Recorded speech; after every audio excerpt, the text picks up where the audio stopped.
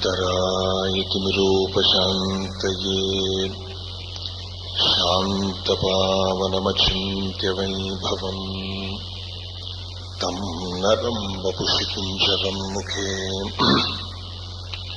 मन्महे किमपि तुन्दिलं महः। गुरुर्ब्रह्मा गुरुर्विष्णुः गुरुर्देवो महेश्वरः गुरुः साक्षात् परं ब्रह्म तस्मै श्री गुरवे नमः।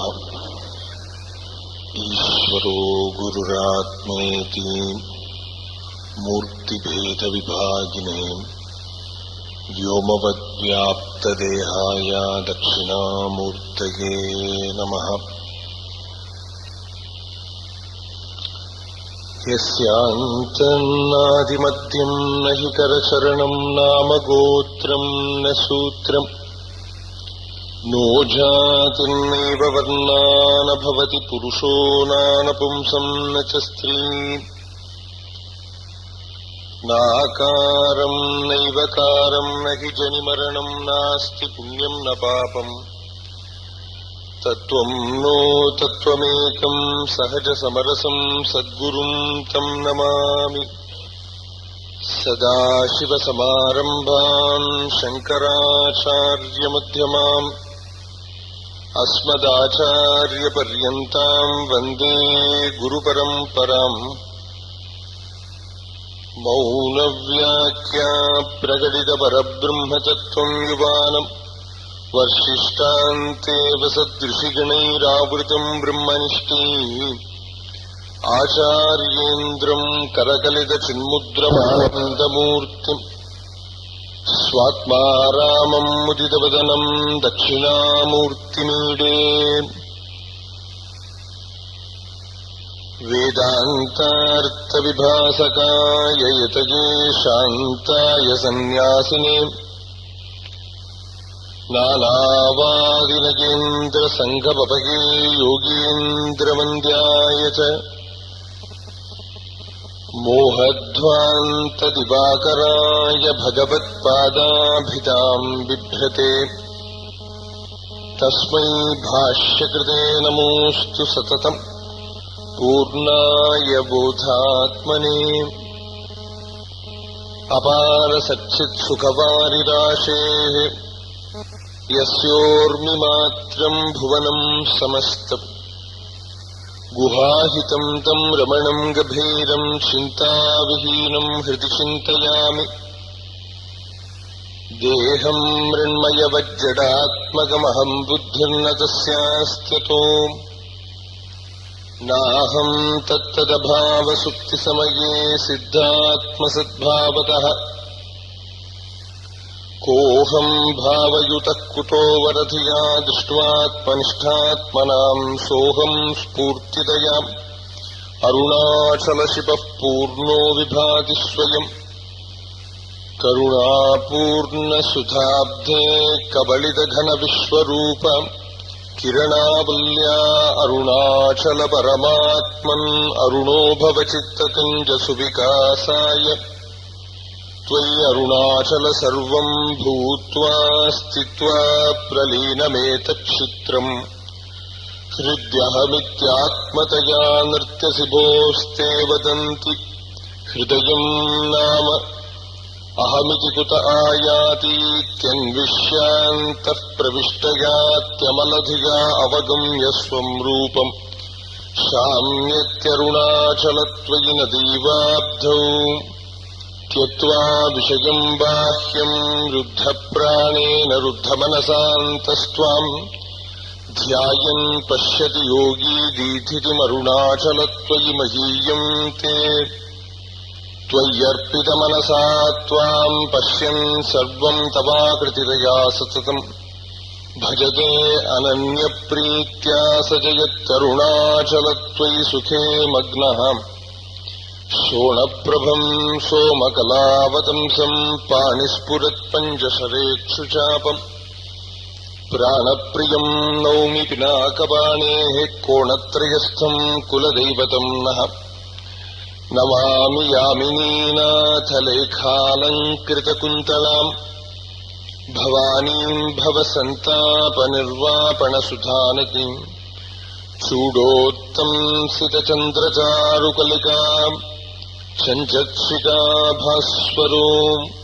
लीलादग्धविलोलकामशलभश्रेयो दशाग्रे स्फुरन् अन्तःस्फूर्जतपारमोहतिमिरप्राग्भारमुच्छाडयन् चेतः सद्मनि योगिनाम् विजयते ज्ञानप्रदीपो हरः शारदा शारदाम्बोजवदनावदनाम्बुजे सर्वदा सर्वदास्माकम् सन्निधिः सन्निधिम् क्रियात् राकाचन्द्रसमानकान्तिवदनाम् नाकादिराजस्तुताम् मूकानामपि कुर्वती सुरधुनीमीकाशवाग्वैभवम् श्रीकाञ्चीनगरी विहाररसिकाम् शोकापहन्त्री सताम् एका पुण्यपरम्परा पशुपतेः आकारिणी राजते योऽन्तः प्रविश्य मम वाचमिमाम् प्रसुप्ताम् सञ्जीवयत्यखिलशक्तिधरस्वधाम्नाम् अन्यांश्च हस्तचरणश्रवणत्वगादि प्राणान्नमो भगवते पुरुषाय तुभ्यम् ॐ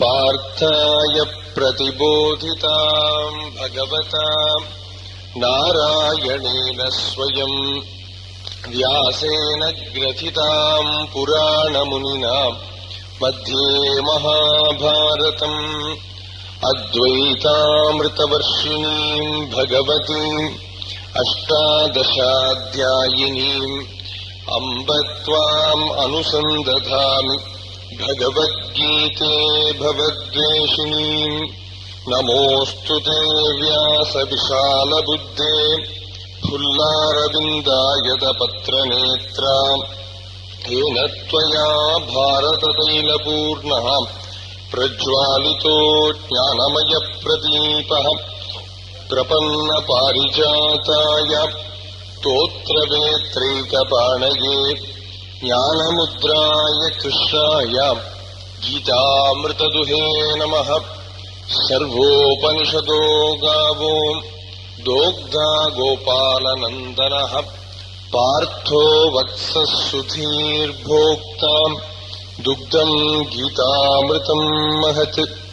वसुदेवसुतम् देवम् कंसचाणूरमर्दनम् देवकी परमानन्दम् कृष्णम् वन्दे जगद्गुरुम्। भीष्मद्रोणतटा जयद्रथजलाम् गान्धारनीलोत्पलाम् शल्यग्राहवती कृपेण वहनी कर्णेन वेलाकुलाम् अश्वत्थामविकर्णघोरमकरा दुर्योधनावर्तिनी सोत्तीर्णा खलु पाण्डवैरणनदी कैवर्तकः केशवः पाराशर्यवचः सरोजममलम् गीतार्थगन्धोत्कटम् नानाख्यानककेसरम् हरिकथा सम्बोधनाबोधितम्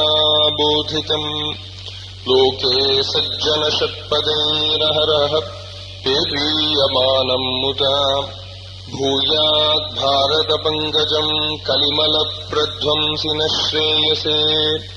मूकम् करोति वाचालम् पङ्गुम् लङ्घयते गिरिम् यत्कृपातमहम् वन्दे परमानन्दमाधवम्।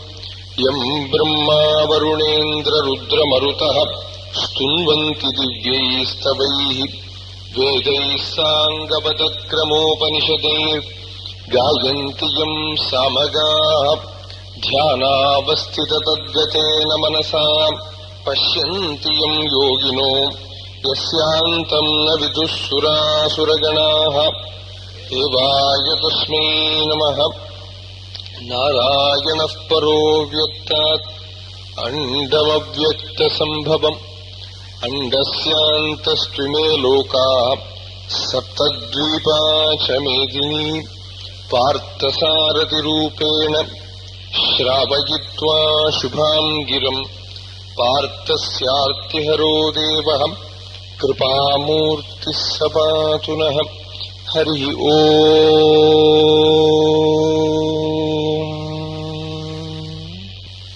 சமத்துவம்ங்கிறதுதான் யோகத்தோட லட்சணம். சமத்துவம் யோக உச்சதே அப்படின்னு பகவான் நம்ம சொல்ல போறார். நேத்திக்கு பிரவச்சனத்துல 38வது ஸ்லோகத்தை பார்த்தோம். முக்கியமா சுகதுக்கே சமே கிருத்வா லாபாலாபோ ஜயாஜயௌ ததோ யுத்தாய யுஜ்யஸ்வ நைவம் பாபமவாப்ஸ்யசி அப்படிங்கிறது ரொம்ப முக்கியமான ஸ்லோகம். சமம்ங்கிற வார்த்தையை தான் அங்க ஞாபகம் வச்சுக்கணும். கீதை ஆரம்பிக்கிறதையே நம்ம சொன்னோம், மனசுக்கு 2 ஸ்டேட் இருக்கு, 2 தலங்கள் இருக்கு. ஒன்னு சமம், இன்னொன்னு விஷமம். சமம் விஷமம். சமம்னா சாந்தமான நிலை, குவைட்டான நிலை, அதுதான் நிச்சல தத்துவம்ங்கிறது. விஷமம்னாலோ சலிச்சுட்டே இருக்கிற நிலை, டிஸ்ட்ராக்டட் ஸ்டேட். சாந்தமான ஒரு நிலை, சலிச்சுட்டே இருக்கிற ஒரு நிலை. சமம்ங்கிறது தான் யோகம், சமம்ங்கிறது தான் சாந்தி. அந்த சாந்தி தான் ஆத்மாவோட ஸ்வரூபம். அகாதமான சாந்தி தான் மோட்சத்துடைய ஸ்வரூபம், நம்மளுடைய யதார்த்த ஸ்வரூபம், ரியல் நேச்சர். அதை மறக்காம ஒரு க்ஷணம் கூட அதை நழுவ விடாம யாருக்கு இருக்க முடியுமோ அவன் தான் முக்த புருஷன். ஞாபகம் வச்சுக்கணும், இதுதான் பாயிண்ட். எதையாவது தெரிஞ்சுக்கிறதுல இல்ல, புதுசா எதையாவது படிக்கிறதுக்கு அல்ல, நம்மளோட ஸ்வரூபமா இருக்கிற அமைதி, சாந்தி, நிச்சலத்தை, அந்த நிச்சலமான ஸ்வரூப நிலைய மறக்காம நழுவ விடாம இருக்கிறது. அப்படி இருக்கிறத உள்ள எப்படி இருக்குன்னா, புத்தி அனாவசியமா சலிக்கிறது இல்லை. யோகம்ங்கிறது என்னதுங்கிறத டிஃபைன் பண்ணறதுக்கு சிரமம் பண்றேன், அதான் சொல்லிட்டு வரேன். புத்தி அனாவசியமா சலிக்கிறது இல்லை, வேண்டாத்த சந்தேகங்களை உற்பத்தி பண்றது இல்லை. மனசுன்னு நம்ம இப்ப கூப்பிடக்கூடிய அந்த இன்ஸ்ட்ருமெண்ட் இருக்கே உள்ள, மனசுன்னு நம்ம என்னத்தை சொல்றோம்? நிம்மதியா இருக்கணும்னு நினைச்சா வேண்டாத்த எண்ணங்களை கொண்டு வருது. யாரையோ பார்த்தா பிடிக்கல, யாரையோ பார்த்தா பிடிக்கிறது, ஆசைகள், அம்பிஷன்ஸ், வாழ்க்கையில் அப்படி அடையணும் இப்படி அடையணுங்கிற சங்கல்பங்கள், இதெல்லாம் தானே மனசுன்னு கூப்பிடுறோம். கோபம், ராத்திரி படுத்துன்னு சௌக்கியமா தூங்கணும்னு நினைக்கிறது, பயங்கரமான சொப்பனங்கள், இதைத்தான் மனசுன்னு கூப்பிடுறோம் இல்லையா? அந்த மனசு நம்மளையும் நம்ம கிட்ட கேட்டு பார்க்கலாம். பகவத்கீதை படிக்காட்டா கூட ஒரு புத்தி இருக்கிற மனுஷனை கேட்டு பார்க்கலாம், ஏன் என்னுடைய மனசு இப்படி இருக்கணும்? என்னோட மனசுன்னு தானே சொல்றோம். என்னோட மனசுன்னா என்னோட உடுத்தின்னு இருக்கிற துணி, உடுத்தின்னு இருக்கிற வேஷ்டி அழகா கிளீனா ஸ்பாட்லெஸ்லி கிளீனா தோச்சு வச்சுண்டு அலக்கி வச்சுண்டு அழகா வச்சுக்கிறேனே. 4 பேர் பாக்குறது எனக்கு பிடிக்கிற மாதிரி, எல்லாருக்கும் பிடிக்கிற மாதிரி இருக்கணும்னு நல்ல துணியா உடுத்திக்கிறோமே. அதே மாதிரி என்னோட மனசுன்னு சொல்ற இந்த இன்ஸ்ட்ருமெண்ட், அந்தக்கரணம், அது ஏன் நிம்மதியா இருக்கப்படாது? நிம்மதியா இருந்தா எனக்கு சௌக்கியமா இருக்குமே. ஏன் அதுல துவேஷத்துக்கு பதிலா அன்பு வரப்படாது? ஏன் அதுல தன்னலத்துக்கு பதிலா எல்லாரும் சௌக்கியமா இருக்கணுங்கிற பாவம் ஏன் வரப்படாது? ராத்திரி படுத்திருந்தா ஏன் சுகமா அது தூங்க விடுறதில்லை? ஏன் நம்ம டிவி கண்டுபிடிச்சிருக்கோம்? To distract you away from your problems. அதுக்குதானே டிவி ஏன் பாக்குறேன்? நான் பாக்குறதால நீங்க பாக்குறதுனால ஏன் பாக்குறோம்? ஏன் அதுக்கு முன்னால போய் உட்கார்ந்துக்கிறோம்? டிவி பார்த்துட்டு இருந்தா கொஞ்ச நேரம் என்னோட பிரச்சனைகளை மறந்து இருக்கலாம் இல்லையா? மனசுல என்னெல்லாமோ எண்ணங்கள் வருது, அதுல இருந்து கொஞ்ச நேரம் பொழைச்சுக்கிறதுக்கு அது முன்னால உட்கார்ந்துக்கிறோம். அதுக்கு அர்த்தம் என்ன? அது அப்படியே பேக்ரவுண்டுக்கு தள்ளி வைக்கிறோம். You are not solving the problems.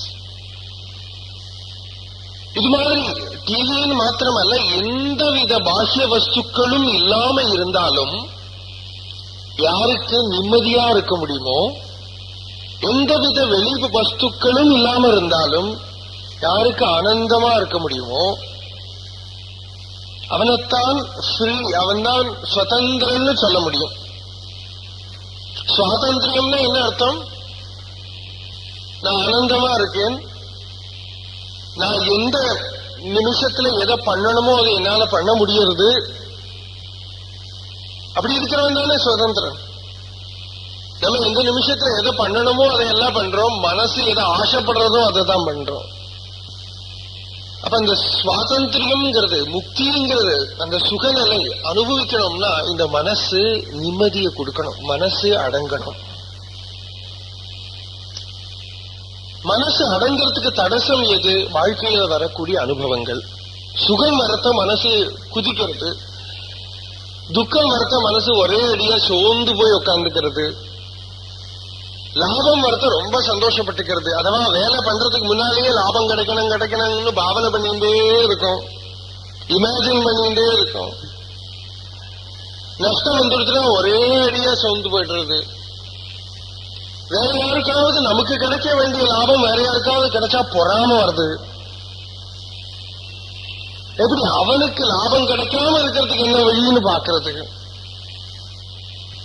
இப்படி எல்லாம் இருக்கிற இந்த அசுரன், உள்ள இருக்கிற இந்த அசுரன், அவனை ஒழிச்சு கட்டணும். அவனை அடக்கிறதுன்னு என்ன? நிம்மதியா இருக்கிறது. அந்த நிம்மதி தான் யோக நிலை.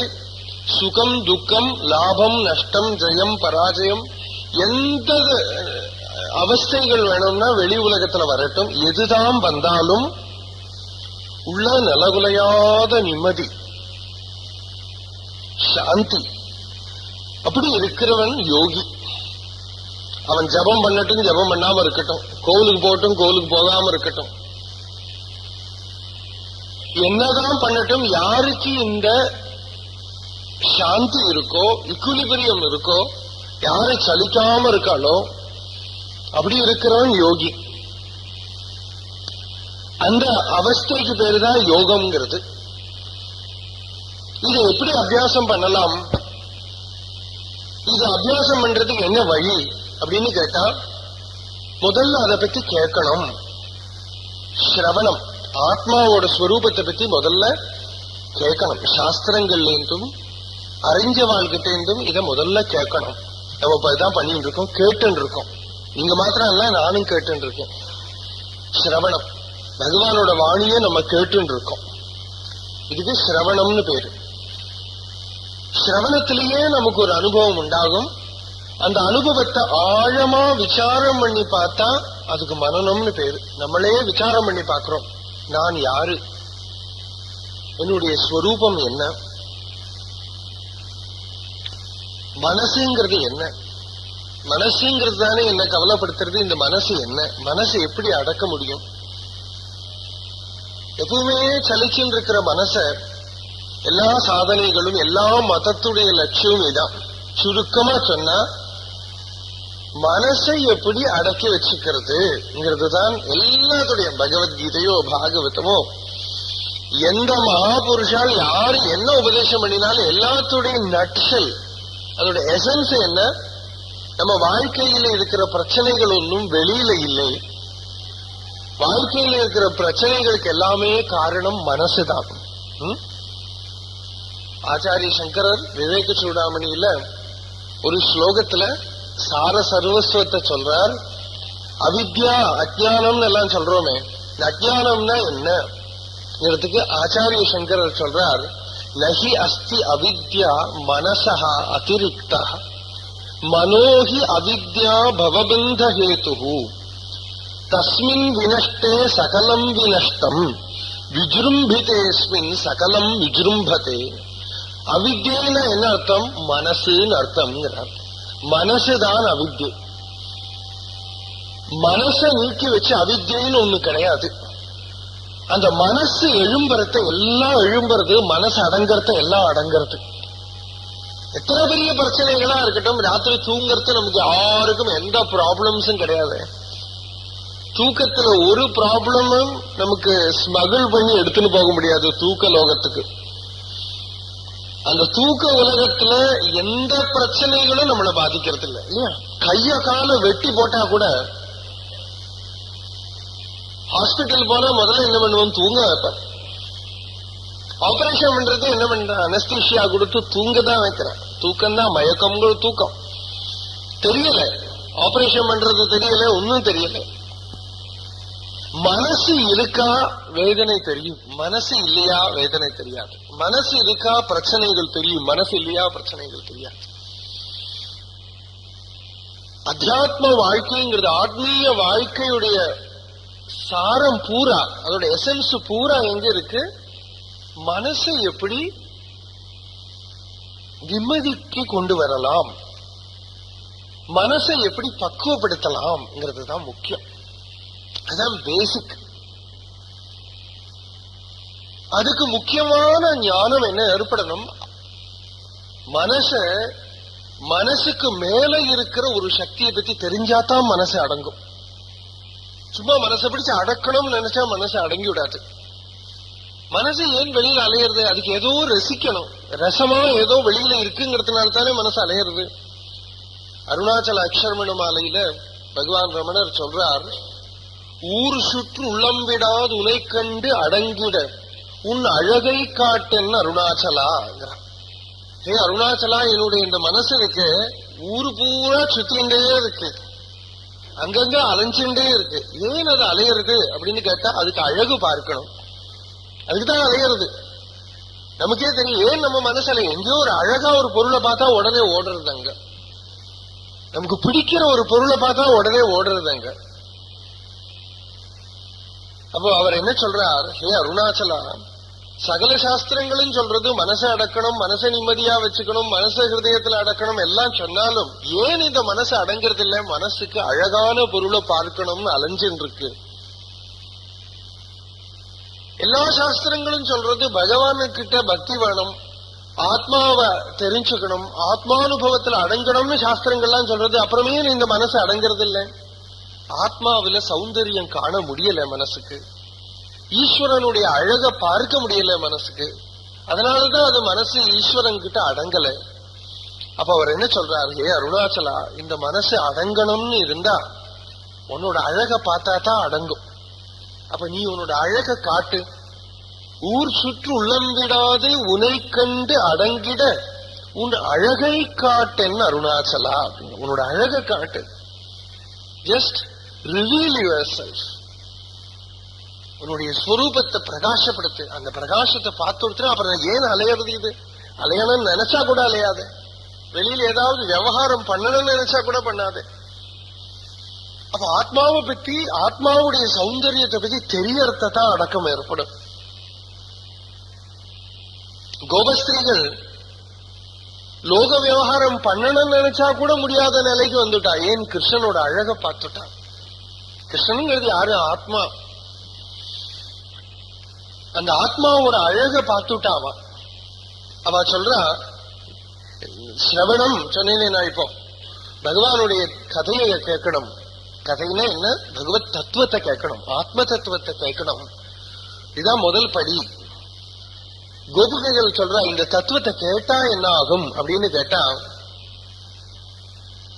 நிந்தாஸ்துதின்னு சொல்லுவா சம்ஸ்கிருதத்துல. நிந்திக்கிற மாதிரி இருக்கும் கேட்டா பார்த்தா, ஆனா ஸ்துதி. அது மாதிரி கோபிகா கீதத்துல, பிரமர கீதத்துல கோபிகைகள் தசமஸ்கந்தத்துல பாகவதத்துல சொல்றா, ஒரு வண்டு கிட்ட பேசுற மாதிரி உத்தவர் கிட்ட சொல்றா. வா அந்த இடத்துல சொல்றா, இந்த கிருஷ்ணன் கதையை கேட்டு உருப்பட்டவன் ஒருத்தன் கூட கிடையாது இந்த உலகத்துல.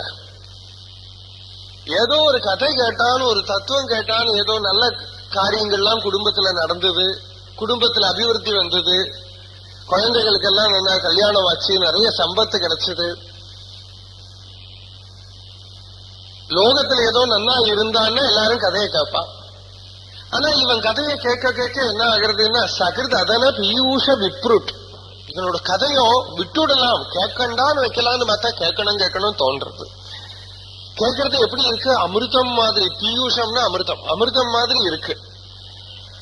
அது பானம் பண்றது என்ன ஆகுதுன்னா, குடிச்சவாள்லாம் அனுபவிச்சவாள்லாம் ஏதோ லோகத்துல சௌக்கியமா இருந்தாளா அப்படின்னு கேட்டா, சபதி கிரக குடும்பம் தீனம் உத்ஸ்ருஜ்ய தீனாக பஹவ இஹ விஹங்காக பிக்ஷுச்சரியாம் சரந்தி.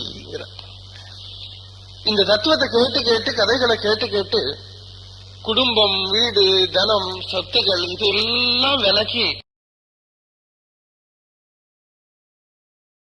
இதெல்லாம் தொடர்ந்து ஒரு கூட உடைச்சுண்டு ஒரு கிளி ஆகாசத்துல பறந்து போற மாதிரி பகவய விஹங்காக பிக்ஷுச்சரியாம் சரந்தி. பிக்ஷுக்களாக, யதிகளாக, சன்னியாசிகளாக கிளம்பி போயிடுறா. ஏன்? இந்த சௌந்தரியத்தை பார்த்துட்டாவா, இந்த அழகை பார்த்துட்டா.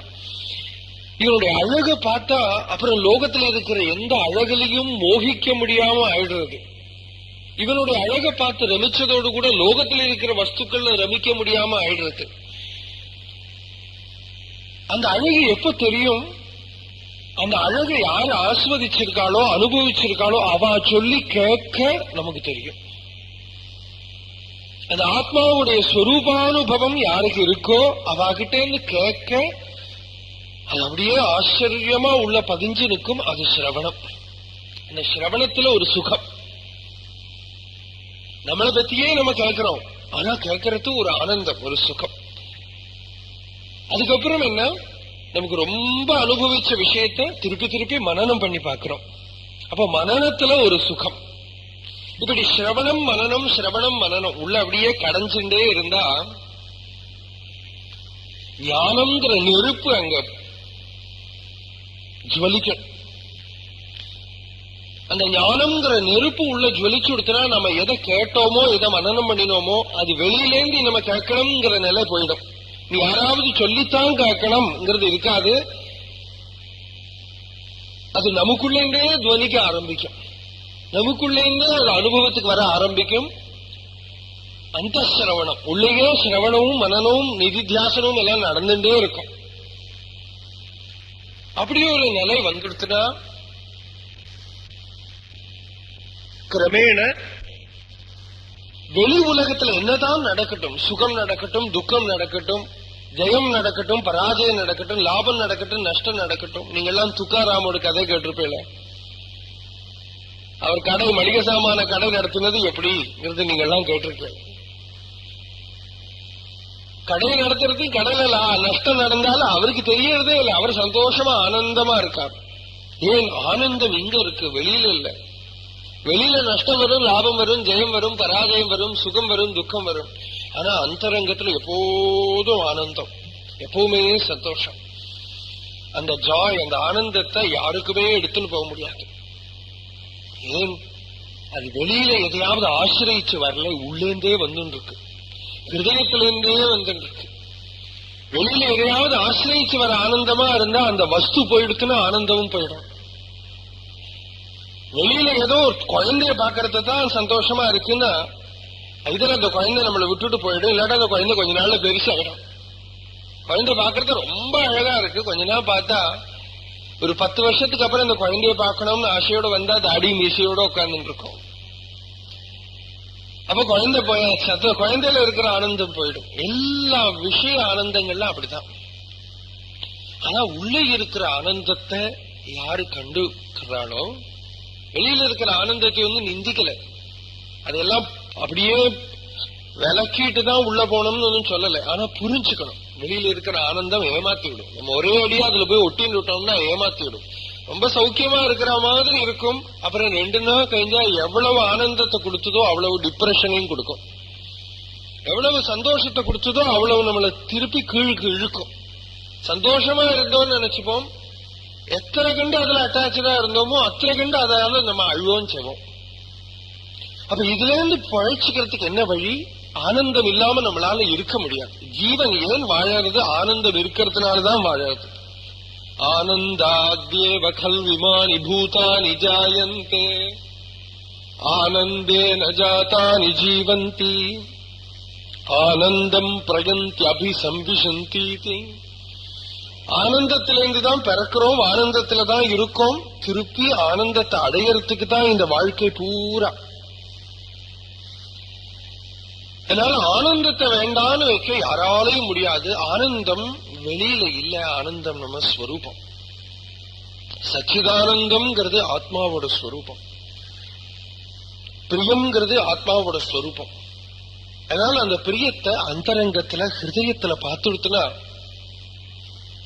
அதுல யாரு ரமிச்சுன்னு இருக்கானோ, அதுல யாரு ஆனந்தத்தை கண்டிருக்கானோ, அவருடைய விளையாட்டும் ஆத்மாவில, அவருடைய சுகபோகமும் ஆத்மாவில. யோ அந்த சுகா அந்தராராமஹா ததா அந்தர்ஜோதிரேவயா. அவருடைய எல்லாமே ஆத்ம கிரீடா ஆத்மரதி ஆத்மானந்த அப்படின்னு உள்ளேயே ரமிச்சுன்னு இருக்கக்கூடியவன். சுகம் துக்கம் நல்லது தீயது எது வேணா வரட்டும், எல்லாத்திலையும் சமபுத்தியோட கூட இருப்பன். இத முதல்ல கேட்கணும். கேட்கறத நம்ம ஆனந்தத்தோட கேட்கிறோம் வச்சுங்கோ, அந்த கேட்கறதையே அது நம்மளோட ஆயிடும். இல்ல வெறுமன ஒரு அறிவா தான் நம்ம எடுத்துக்கிறோம் வச்சுங்கோ, அதை பிராயோகிகத்துல கொண்டு வர ரொம்ப காலம் யத்னம் பண்ணணும். இப்ப அர்ஜுனனுக்கு பகவான் சொல்றத பரிபூர்ணமா உள்ள எட்டல. இப்ப நிறைய பேர் கேட்டு இருக்கேன், இதுலயே அதிகம் பேருக்கு ஏதோ புரியற மாதிரி இருக்கும், ஆனா பூர்ணமா ஆகல. சில பேருக்கு கொஞ்சம் ஏதோ அர்த்தம் எல்லாம் தெரியும், இன்ஃபர்மேஷன்ஸ் எல்லாம் எழுதி எடுத்துப்பாங்க. இதெல்லாம் இன்டெலக்சுவல் அண்டர்ஸ்டாண்டிங். அர்ஜுனனும் இப்ப இந்த இன்டெலக்சுவல் அண்டர்ஸ்டாண்டிங்ல தான் நின்று இருக்கான். பகவான் சொல்றார், ஏஷாதே அபிஹிதா சாங்கியே புத்தி. இத்தனை நேரம் உனக்கு நான் என்ன சொன்னேன்? சாங்கிய ஞானம் கொடுத்தேன். அனலைஸ் பண்ணி இன்னென்ன வஸ்து இப்படிங்கிறத உனக்கு புகட்டி இருக்கும். இன்னும் என்ன வேணும்? அந்த சாங்கிய புத்திய வாழ்க்கையில எப்படி கொண்டு வரலாம்? யோகம், அதுக்கு பேர் தான் யோகம். யோகம்னாலே சேர்த்துறதுன்னு அர்த்தம். இங்கிலீஷ்ல யோக்னு ஒரு வார்த்தை இருக்கு, YOKE. இந்த யோக்குங்கிற வார்த்தையே யோகாங்கிறதுல இருந்து தான் வந்திருக்கு. ஒரு காளைய மாட்டு வண்டியில ஒரு காளமாட கட்டுறதுக்கு பூட்டுறத அதுக்கு யோக்னு சொல்லுவோம். அதே மாதிரி யோக் உள்ள சேர்த்துக்கிறது, ஸ்வரூபத்துல சேர்த்துக்கிறது, நம்ம வாழ்க்கையில அந்த ஞானத்தை சேர்த்துக்கிறது, அதுக்கு யோகம்னு பேரு. இப்ப சாங்கியத்தை சொன்னார், இனிமே யோகத்தை சொல்ல போறார். அந்த யோக புத்தியுடைய வைசிஷ்டியம் என்ன? புத்தியாயுக்தோயா பார்த்த, ஹே பார்த்த, அந்த புத்தி கூட நீ எப்பவுமே கனெக்டடா இருந்தேன்னா. இப்ப நம்ம எல்லாம் கேட்கறத எல்லாம் புரியுறது இல்லையா? நல்லா புரியற மாதிரி இருக்கு, ஆனா வாழ்க்கையில அப்ளிகேஷன்ல வரும்போது மறந்து போயிடுறதுங்கிறோம். மறந்து போயிடுறது. நிறைய பேர் சொல்லுவா, நீங்க சொல்றதெல்லாம் புரியற மாதிரி இருக்கு, ஆனா என்ன பண்றது, அதுக்கப்புறம் நம்ம வாழ்க்கையில நடைமுறையில வரத்த மறந்து போயிடுறது. அதுக்கு என்ன பண்ணணும்? மறந்து போறதுன்னா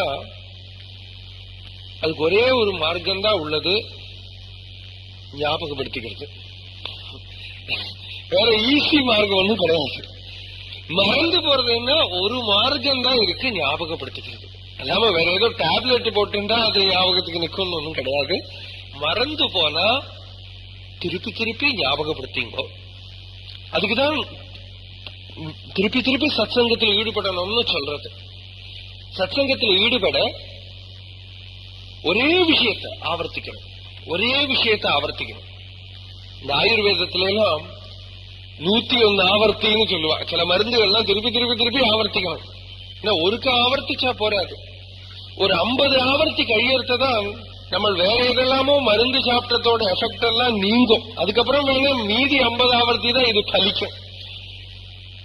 ஒரே மருந்து. அதே மாதிரி ஒரே வித்தை, ஒரே ரீதியில பல மார்க்கத்துல பல வித்தியே பல விஷயங்களை தலையில ஏற்றினோம் வச்சுங்க, கன்ஃபியூஷன் தான் பலம். ஒரே வித்திய ஒரே ரீதியில திருப்பி திருப்பி திருப்பி ஆவர்த்தனம் பண்ணிட்டே இருக்கணும். அப்படி ஆவர்த்தனம் பண்ண கொஞ்சம் கொஞ்சமா முதல்ல ஒன்னும் புரியாத மாதிரி இருக்கும் இல்லையா? நம்ம ஊர் கோவில்கள், பழைய காலத்து கோவில்கள்லாம், இப்ப புதுசா கோவில் கட்டுறது எப்படி இல்லாம கட்டுறா. பழைய கோவில்கள்லாம் பார்த்தீங்கன்னா எப்படி இருக்கும்? இருட்டா இருக்கும். ரொம்ப கூட்டமா கியூல போய் சுவாமியை தொழுதுட்டு போறோம்னா, ஐயோ சுவாமியை பார்க்கவே முடியலையே. ஒருக்கா கூட கியூல போறோம்னு திருப்பியும் கியூல போனோம்னா கொஞ்சம் ஏதோ தெரியற மாதிரி இருக்கும். பல முறை கியூல போனா சுவாமி என்னன்னா தெரிஞ்சாச்சு. இது மாதிரி இருட்டா இருக்கிறதுனால கிளியரா பர்சீவ் பண்ண முடியறதில்ல. அது மாதிரி நமக்குள்ள நிறைய இருட்டு இருக்கு. தத்துவத்திலே ஒன்றும் கஷ்டம் கிடையாது.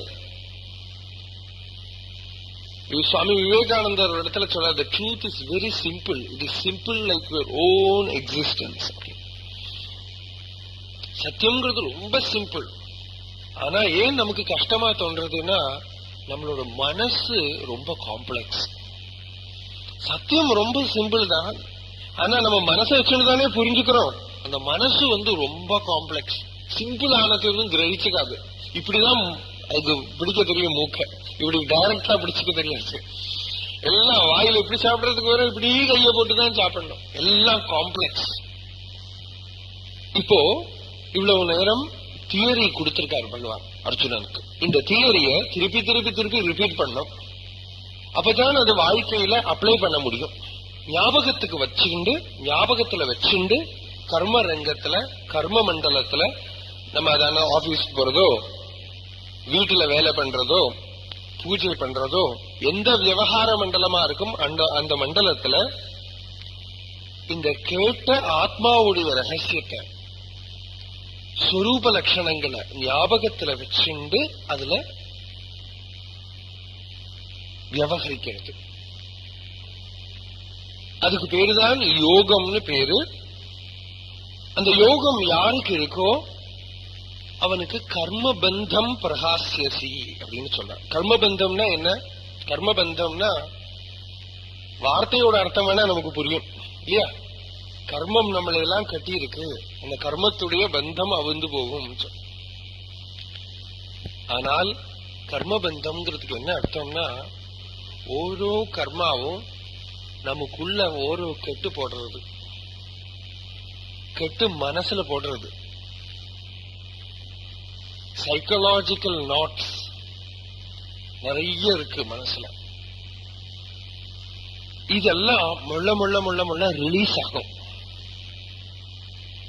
இதெல்லாம் ரிலீஸ் ஆகி மனசுங்கிறது அப்படியே ஆனந்த ஸ்வரூபமா இருக்கும். இப்ப நம்ம மனசு எப்படி இருக்கு? எப்பவுமே கொடுக்கிற எக்ஸாம்பிள், கேடு வந்த ரேடியோ மாதிரி இல்லையா? கோயம்புத்தூர் ஸ்டேஷன் வச்சா பேக்ல திருச்சூர் ஸ்டேஷன் கேட்கும், அதுக்கு பின்னால பிபிசி ஸ்டேஷன் கேட்கும், கூன்னு சத்தம் கேட்கும். நம்ம எந்த ஸ்டேஷன் வச்சிருக்கோமோ அதை தவிர எல்லாம் சத்தமா கேட்கும் இல்லையா? சில ரேடியோ இருக்கு, ஆஃப் பண்ணினாலும் பாட்டு பாடிட்டே இருக்கும். அது மாதிரி நம்ம மனசு ஆஃப் பண்ணி வச்சுக்கிறதுக்கு நமக்கு தெரியாது, அலட்டிகிட்டே இருக்கும், என்னெல்லாமோ பேசிட்டு இருக்கும், சலனமாவே இருக்கும், எப்பவுமே சஞ்சலமா இருக்கும். அந்த மனசு கர்ம வாசனைகள்லாம் ஒழிஞ்சுதுன்னா, கர்மபந்தம்னு சொல்றோமே, இந்த ஞானத்தோடு கூட கர்மத்துல பிரவர்த்திக்கணும். கர்மத்தை விட்டு விடப்படாது. எந்த குடும்பத்தில் இருக்கோமோ அந்த குடும்பத்திலேயே இருக்கணும். அங்கதான் நம்மளோட ஒர்க்கிங் ஃபீல்டு. அங்கதான் நமக்கு நம்ம வாசனைய ஒழிக்கிறதுக்கு வேண்டதெல்லாம் பிரகிருதி அரேஞ்ச் பண்ணிருக்கு. அதனால்தான் நம்ம அந்த குடும்பத்துல பிறந்திருக்கோம், அந்த சிச்சுவேஷன்ல பிறந்திருக்கோம். நமக்கு ஈஸ்வரனா பார்த்து சில கர்மா எல்லாம் கொடுத்திருக்கார். அந்த கர்மா எல்லாம் ஏன் நமக்கு முன்னால இருக்குன்னா நம்ம கர்ம பந்தத்தை ஒழிக்கிறதுக்கு. ஆனா சாதாரணமா கர்மபந்தம் ஒழியறது இல்லை. ஏன்? அஜ்ஞானத்தினால ஒழிக்கிறதுக்கு பதிலா அங்க சேர்த்துட்டே இருக்கும் நம்மளா. அப்ப ஈஸ்வரன், அப்ப பகவான் என்ன சொல்றார்? ஞானத்தோட கூட நீ எந்த கர்மாவில இருக்கியோ அந்த கர்மாவிலேயே இரு. அந்த கர்மாவிலேயே இருக்க இந்த உள்ளே இருக்கிற ஞானம் என்ன பண்ணும், உன்னுடைய கர்ம வாசனைகள் கொஞ்சம் கொஞ்சமா ஒழிய ஆனந்தம் உள்ள ஸ்புரிக்கும். அந்தரங்கத்துல ஆனந்தம் ஸ்புரிக்கும். மனசு அதோடைய கிரிப் நம்மளை பிடிச்சுன்னு இருக்கு பாருங்க, அந்த மனசு அது ரிலீஸ் பண்ணும். வாழ்க்கையில எதுலயுமே ஒரு நிர்பந்தம் இல்லாம வரும். மனசோட பிடியிலேருந்து நம்ம முக்த ஆள் ஆகிறோம்ங்கிறதுக்கு என்ன லட்சணம்னு கேட்டா, ஒரு இன்ஃபாலிபிள் சைன்.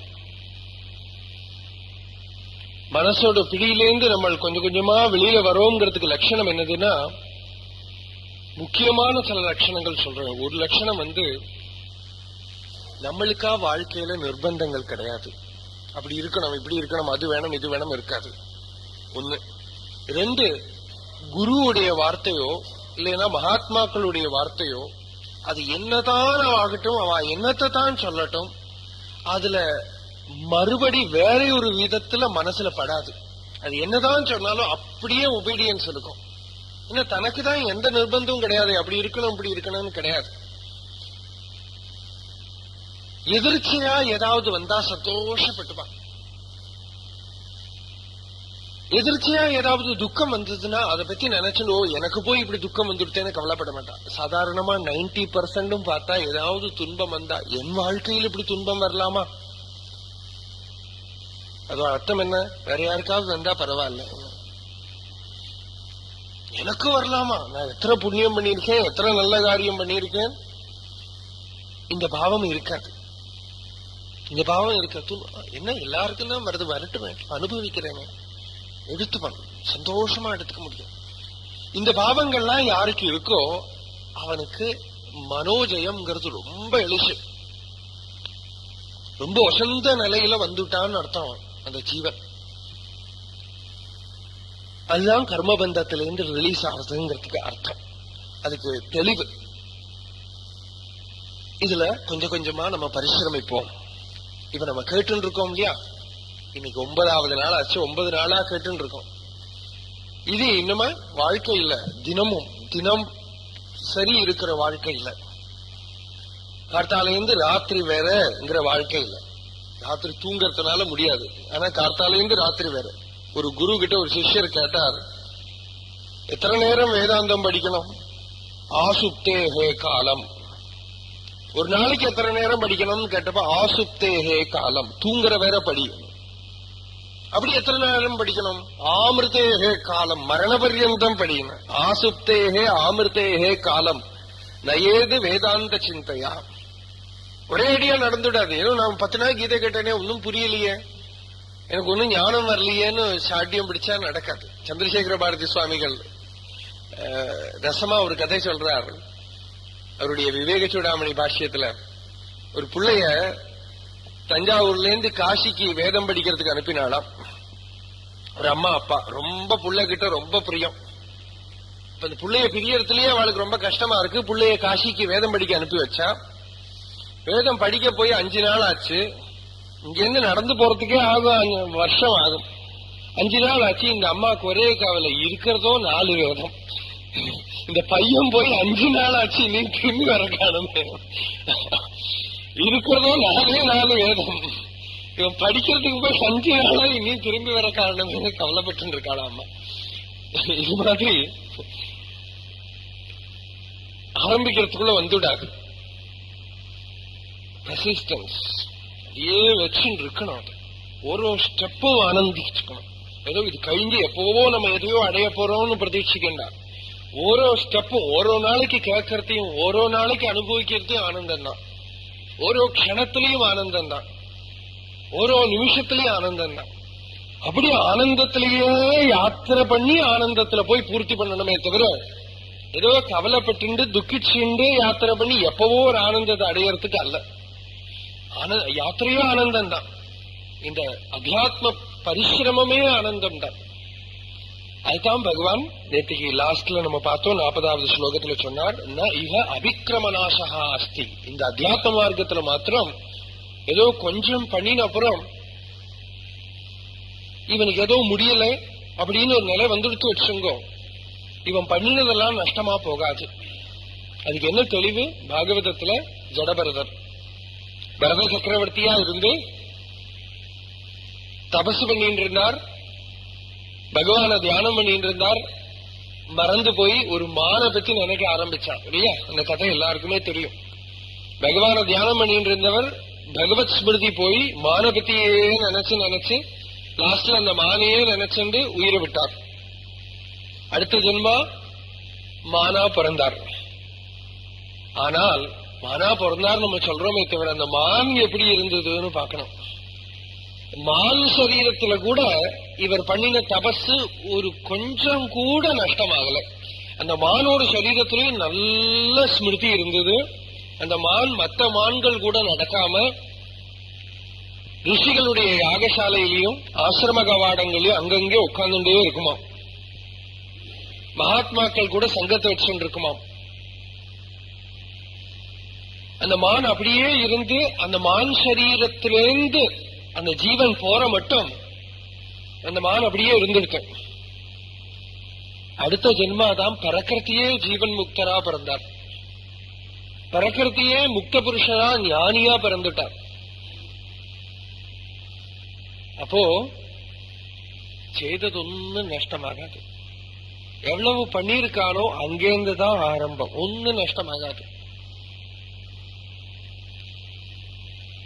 இஹ அபிக்கிரமநாசகா அஸ்தி பிரத்யவாயோன வித்யதே. மாத்திரமல்ல, சந்தியாவந்தனம் பண்ணலைன்னா பிரத்யவாய தோஷம் வரும்னு சொல்லுவார்.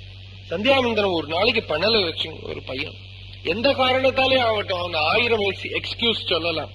ஆனா என்னதானா இருந்தாலும் அந்த சந்தியாவந்தனம் பண்ணலைன்னா அவனுக்கு ஒரு பாபம் வரும் அப்படின்னு முந்திருத்துனா இவனை வாழ்க்கையில இருக்கிற நிரந்தர பயத்தில இருந்து காப்பாற்றும்.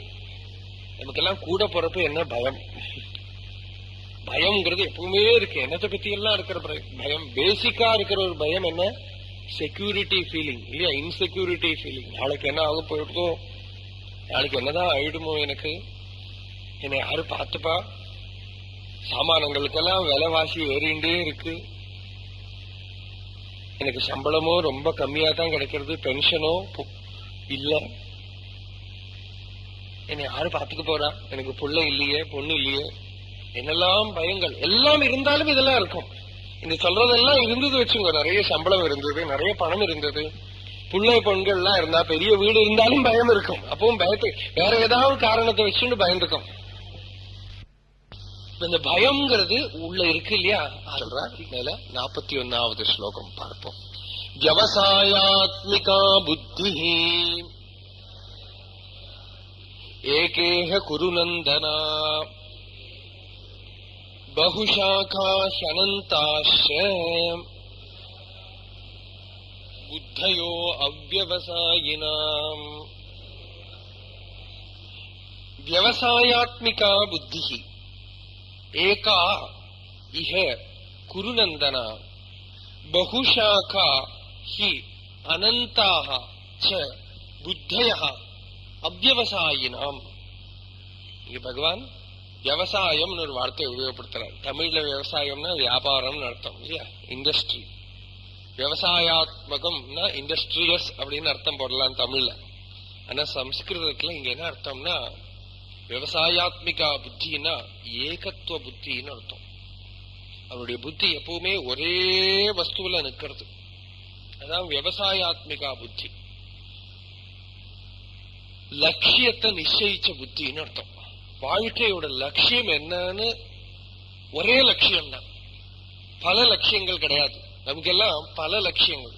சின்ன குழந்தையா இருக்கிறத ஒரு பொம்மை வேணும்னு லட்சியம், கொஞ்சம் பெருசா ஆயிடுச்சுன்னா பரீட்சையில நிறைய மார்க் வாங்கி ஃபர்ஸ்ட் ரேங்க் வாங்கணும்னு லட்சியம், கொஞ்சம் பெருசா ஆயிடுச்சுன்னா நல்ல வேலை கிடைக்கணும்னு லட்சியம், வேலை கிடைச்சாச்சுன்னா ப்ரமோஷன் கிடைக்கணும், இதை விட நல்ல வேலை கிடைக்கணும்னு லட்சியம், அப்புறம் கல்யாணம் பண்ணிக்கணும்னு லட்சியம், கல்யாணம் பண்ணினாச்சுன்னா குழந்தை பிறக்கணும்னு லட்சியம், அதுக்கப்புறம் என்ன இவாளெல்லாம் பார்த்துக்கணும், அதுக்கு நிறைய பணம் சம்பாதிக்கணும், பேரு கிடைக்கணும், புகழ் கிடைக்கணும், சொசைட்டில நான் பெரியவனா இருக்கணும், எல்லாரும் என்ன பகுமானிக்கணும்.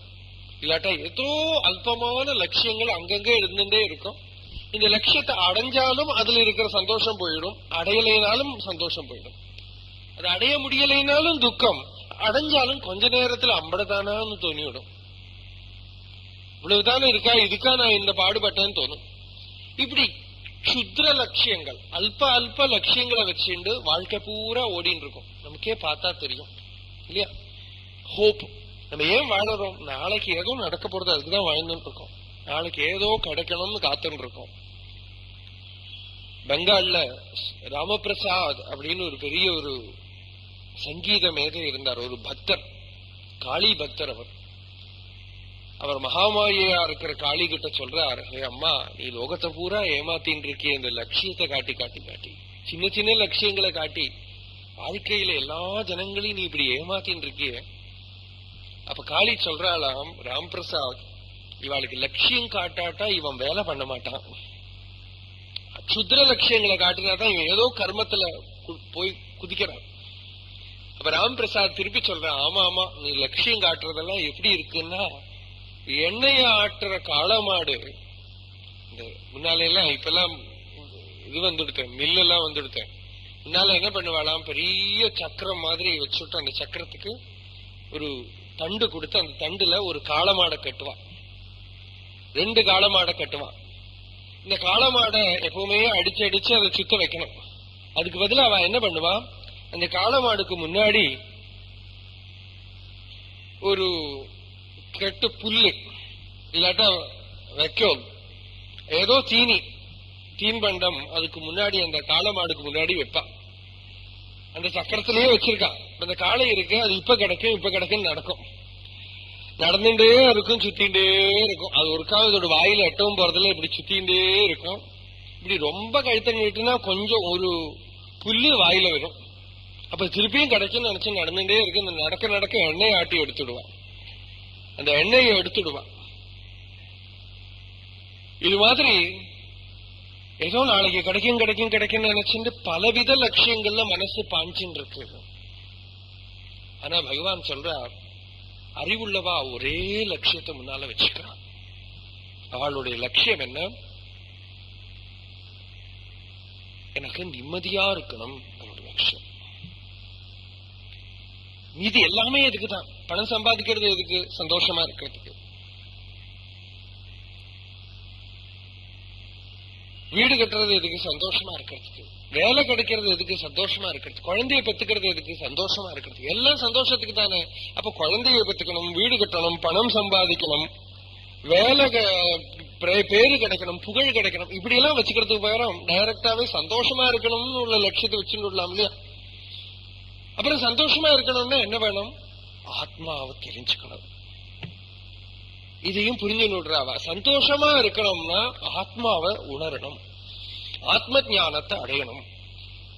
அப்ப என்ன வேணும், மீதி எல்லாம் என்ன வேணா நடக்கட்டும், மீதி எல்லாம் செகண்டரி, மீதி எல்லாம் பண்ணுவாவா. வேலைக்கு போறது, பணம் சம்பாதிக்கிறது, குடும்பத்தை பாத்துக்கிறது எல்லாம் நடக்கும். ஆனா அதுக்கு ஒன்னும் பிரைமரி இம்பார்ட்டன்ஸ் கிடையாது, அதுக்கெல்லாம் செகண்டரி இம்பார்ட்டன்ஸ். ஆனா அழகா பண்ணிட்டு இருப்பா.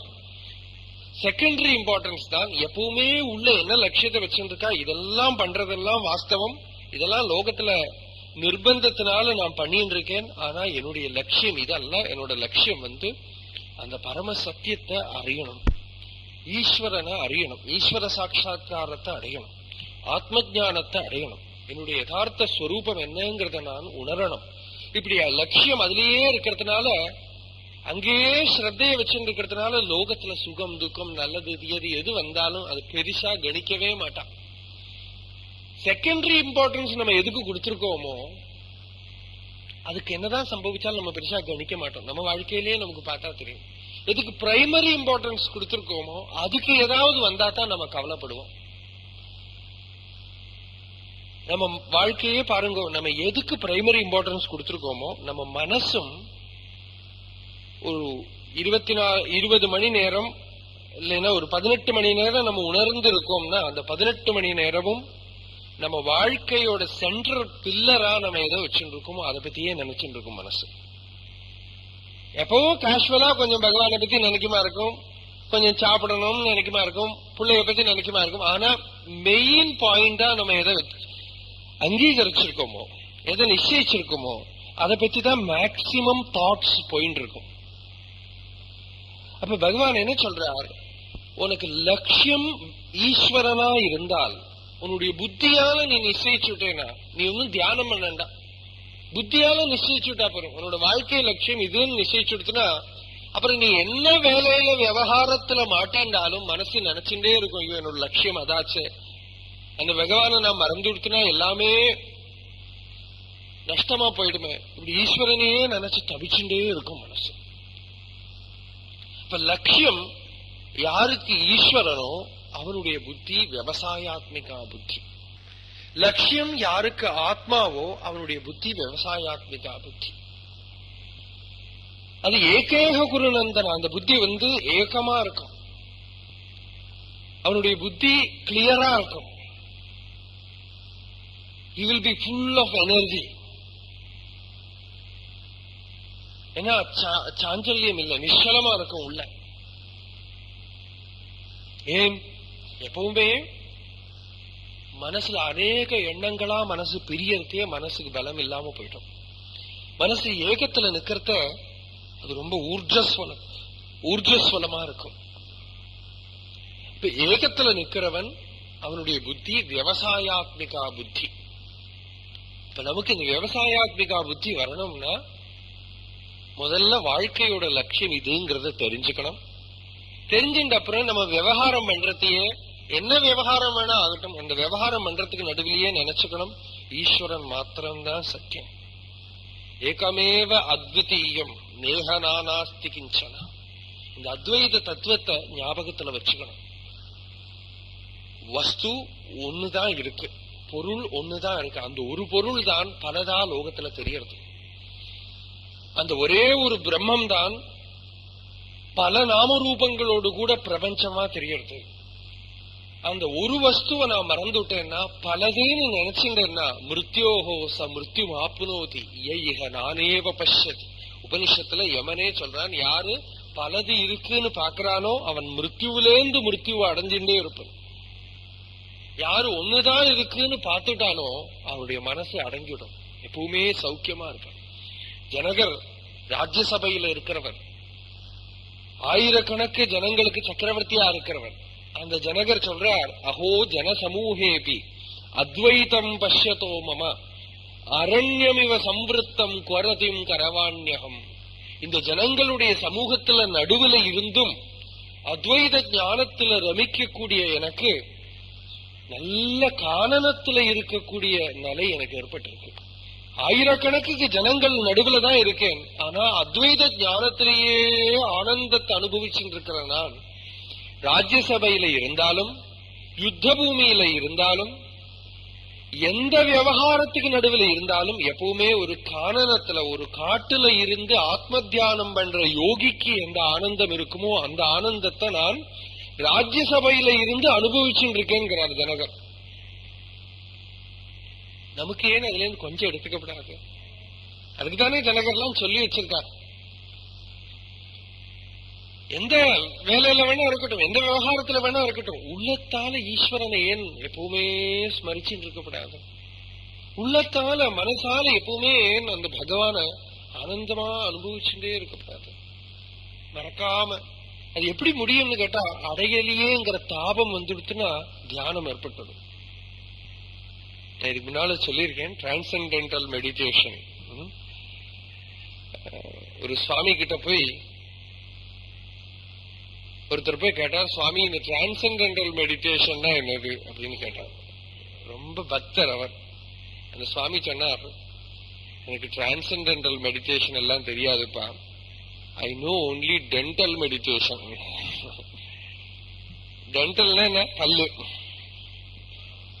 என்ன டென்டல் மெடிடேஷன் எனக்கு புரியலையே. அந்த பையன் அதானது பல்லு வலி வந்ததுன்னா அவளுக்கு தெரியும் என்ன விவகாரம் பண்றதையும் லோகத்துல என்ன வேலை பண்றதையும் மனசோட பாதிக்கு மேல பல்லையே நினைச்சுட்டு இருக்கும். ராத்திரி தூங்கணும்னா கூட சரியா தூங்க முடியாது, மனசு எப்ப பார்த்தாலும் இந்த பல்லு வலியே நினைச்சிட்டு இருக்கும்.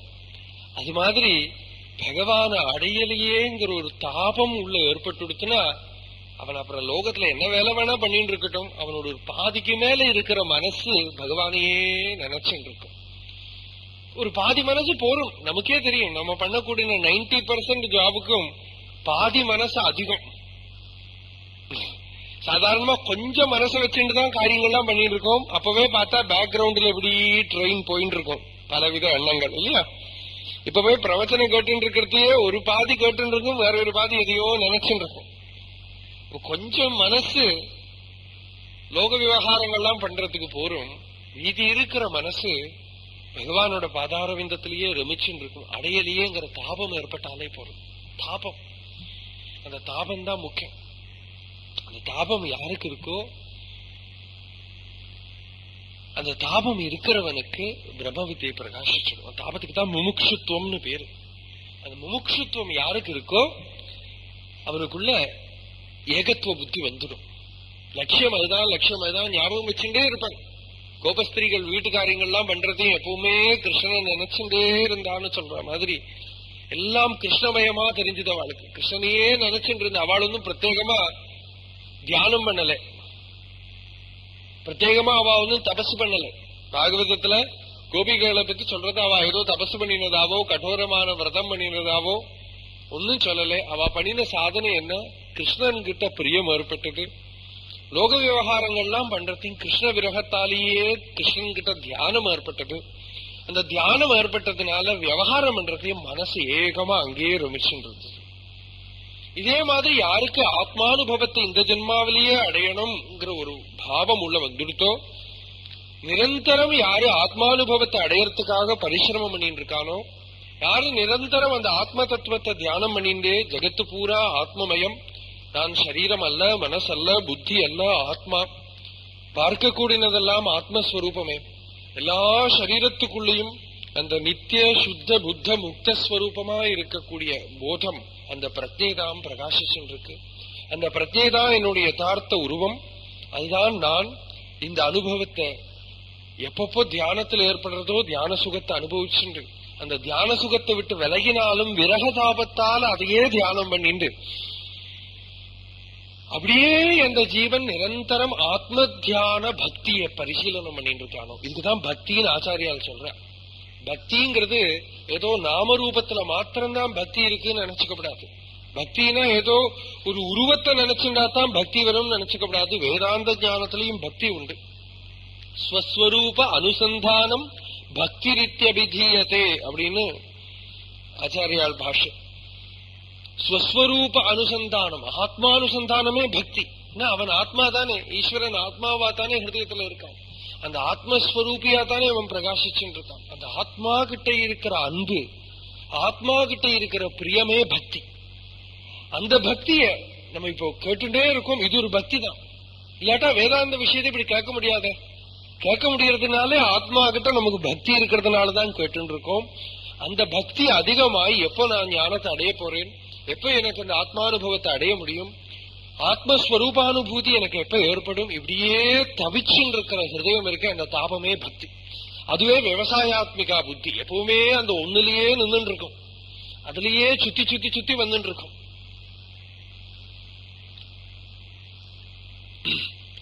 அந்த ஒன்னையே நினைச்சுட்டு இருக்கும், பலதுக்கு போகாது. ஆனால் அப்படி ஒரு லட்சியம் யாருக்கு இல்லையோ,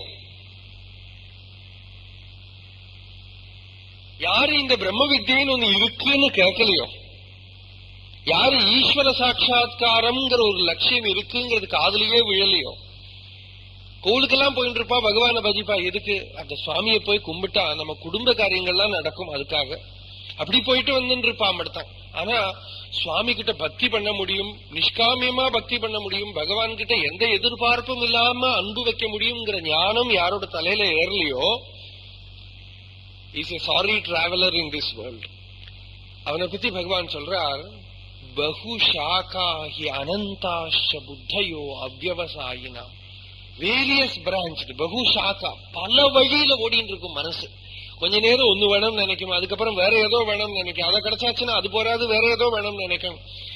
இப்படியே லோகத்துல பலவித லட்சியங்களை நிச்சயிச்சு அது அடையறதுக்கு ஓடிட்டு இருக்கும். நம்ம பொலிட்டீஷியன்ஸ் எல்லாம் பாருங்க, என்னத்தை கிடைச்சாலும் அவளுக்கு திருப்தி ஆறுதல பாருங்க, எந்த சீட்ல உட்கார்ந்துருந்தாலும் திருப்தி ஆறுதல பாருங்க. அதுக்காக என்னெல்லாம் பண்ணறா, எவ்வளவு அக்கிரமங்கள் பண்றா, என்னெல்லாம் பண்றா, அதுக்கப்புறம் அதுல உட்கார்ந்துட்டாலும் எங்க திருப்தியா இருக்கு அவளுக்கு? சந்தோஷமா இருக்கு. நம்மள மாதிரி இப்படி சௌக்கியமா வந்து உட்கார முடியுமோ? சௌக்கியமா இப்படி வந்து உட்கார்ந்து கேட்க முடியுமோ? முடியாது. ஏன்? they are not free.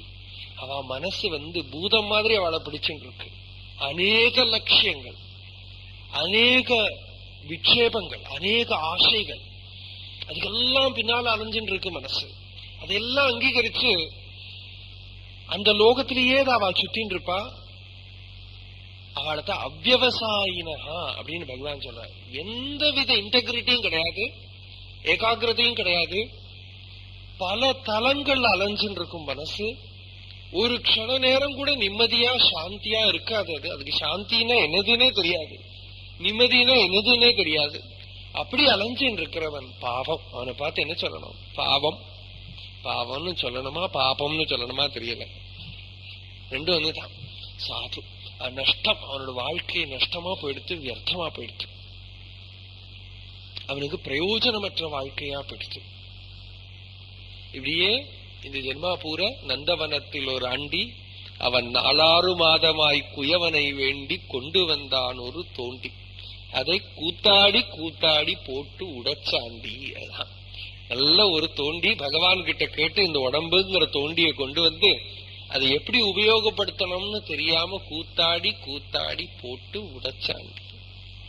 நஷ்டம், அவனுக்கு நஷ்டம் இந்த வித்தியை கிடைக்கலனா.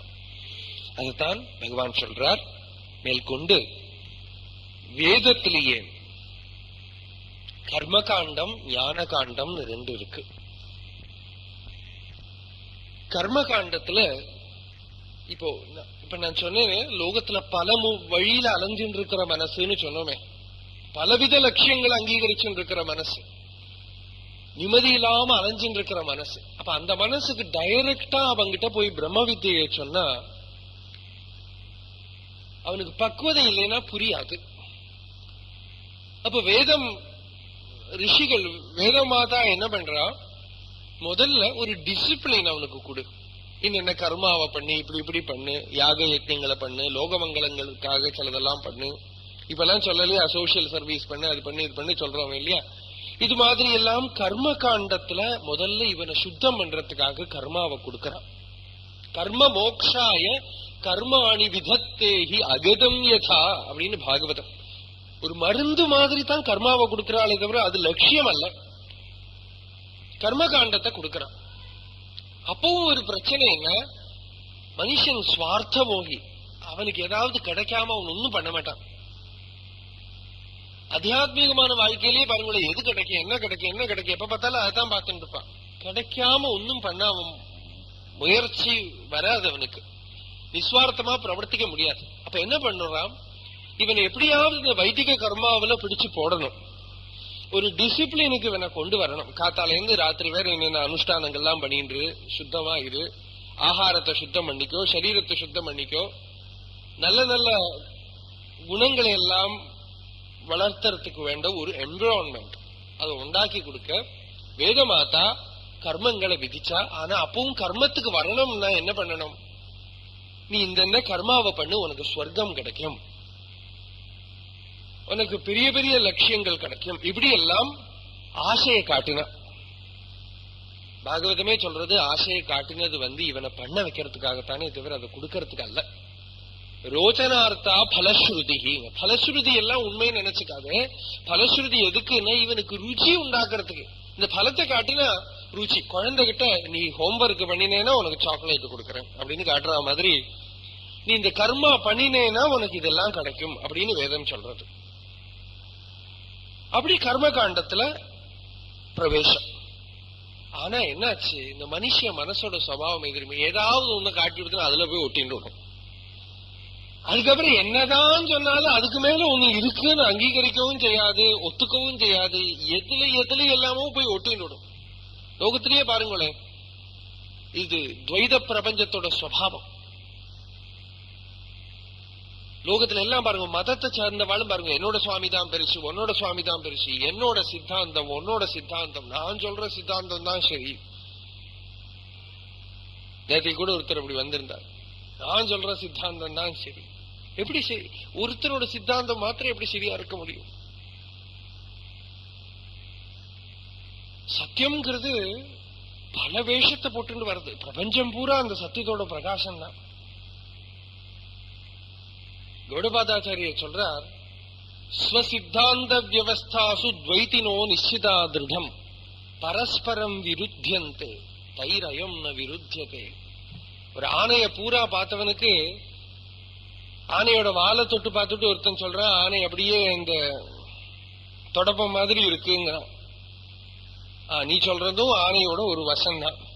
காலை தொட்டு பார்த்துட்டு ஆனை தூணு மாதிரி இருக்குங்கிறான், அதுவும் சரிதான். ஆனையோட கொம்பை தொட்டு பார்த்து ஏதோ வாழு மாதிரி இருக்குங்கிற, அதுவும் சரிதான். ஆனா கொம்ப மாத்திரம் தொட்டவன் தூணை தொட்டவனை பார்த்து அடிப்பேங்கிறான். ஆனையோட வாழை மாத்திரம் தொட்டு பார்த்தவன் ஆனையோட தும்பிக்கையை தொட்டு பார்த்தவனை பார்த்து அடிப்பேங்கிறான். அது எப்படி ஆனை முறம் மாதிரி இருக்கும்? ஏன்னா அவன் செவியை தொட்டு பார்த்திருக்கான், முறம் மாதிரி இருக்குங்கிற. எப்படி முறம் மாதிரி இருக்கும்? நான் சொல்றதுதான் உண்மைன்னு இவனை அடிப்பேங்கிறான் அவன். இதெல்லாம் பார்த்துட்டு இருந்த ஆணைய முழுசா பார்த்தவன் மீதி இருக்கிறவாள் கண்ணு காணாதவா தொட்டு பார்த்திருக்கான், அந்தம்மார். ஆனா கண்ணு இருக்கிறவன் ஆணைய முழுசா பார்த்துட்டு இவாளையெல்லாம் கூப்பிட்டாப்பா, நீங்க சொல்றதெல்லாம் உண்மைதான், ஆனா ஓரோ சைடத்தான் நீங்க ஆணையோட தொட்டிருக்கேன்னு இவ எல்லாருமா சேர்ந்து அவனை அடிக்க போனாடாம். அப்பயும் விடல, இவ எல்லாருமா சேர்ந்து அவனை உதைக்க போனான். இதாக்கும் துவைதத்தோட ஒரு குழப்பம், ஒரு ப்ராப்ளம் இங்கதான் வரும். இது கௌடபாதர் சொல்றார், இந்த துவைதிகள் ஏதாவது ஒண்ணு வாஸ்தவம்னு நிச்சயிச்சு அப்புறம் இப்புறம் அந்த விரோதத்தை வளர்த்துக்கிறா. ஆனா நாங்கள் சத்தியத்தை பார்த்ததுனால இவாகிட்ட எங்களுக்கு சண்டை கிடையாது. அவெல்லாம் சொல்றதெல்லாம் ஓரோ டைமென்ஷன்ல சரின்னு எங்களுக்கு தெரியும். அதனால தைரயம்ன விருத்தியதை, அவாகிட்ட யாருகிட்டையும் எங்களுக்கு எந்த விரோதமும் கிடையாதுங்கிறார் கௌடபாதர். கிருஷ்ணன் தான் சரின்னு சொல்றியா, சரி ரொம்ப சந்தோஷம், கிருஷ்ண பஜனம் பண்ணேன். சிவன் தான் சரின்னு சொல்றியா, ரொம்ப சந்தோஷம், சிவ பஜனம் பண்ணேன். இல்ல கணபதி தான் சரின்னு சொல்றியா, ரொம்ப சந்தோஷம், கணபதியை பஜிச்சுக்கோ. துவைதம் தான் வாஸ்தவம், சரி துவைதத்திலேயே இருந்து பக்தி பண்ணு. விசிஷ்டாத்வைதம் தான் பெருசு, விசிஷ்டாத்வைதத்திலேயே இருந்து பக்தி பண்ணு. என்ன முக்கியம்? என்னது? பக்தி பண்ணணும், அனுபவத்துக்கு வரணும், அதுதானே முக்கியம். அது விசிஷ்டாத்வைதமோ துவைதமோ ஏதோ அனுபவத்துக்கு வா, அப்புறம் பாக்குறோம். இது லட்சியத்தை பார்த்தவாளுக்கு தெரியும். ஆனா லட்சியத்தை பார்க்காதவா எதுலையோ அதுல போய் ஒட்டிண்டு சண்டை ராகத்வேஷங்களை அங்க வளர்த்திப்பான். ஒரு பெரிய மகாத்மா ராகத்வேஷமே இல்லாம இருக்கணும்னு உபதேசம் பண்ணிட்டு போயிடுவார். அவரோட சிஷ்யாலே வந்துட்டு அவர் சொன்ன வார்த்தையை வச்சுட்டே சண்டை போட்டு ராகத்வேஷத்தை வளர்த்திப்பார். இதான் லோகத்துல சாதாரணமா காணக்கூடிய ஒரு ஆச்சரியமான ஒரு விரோதாபாசம். மகாத்மாக்கள் எல்லாம் அன்பு, தியாகம், மீதி சித்தாந்தங்களை எல்லாம் விட்டுடுங்க.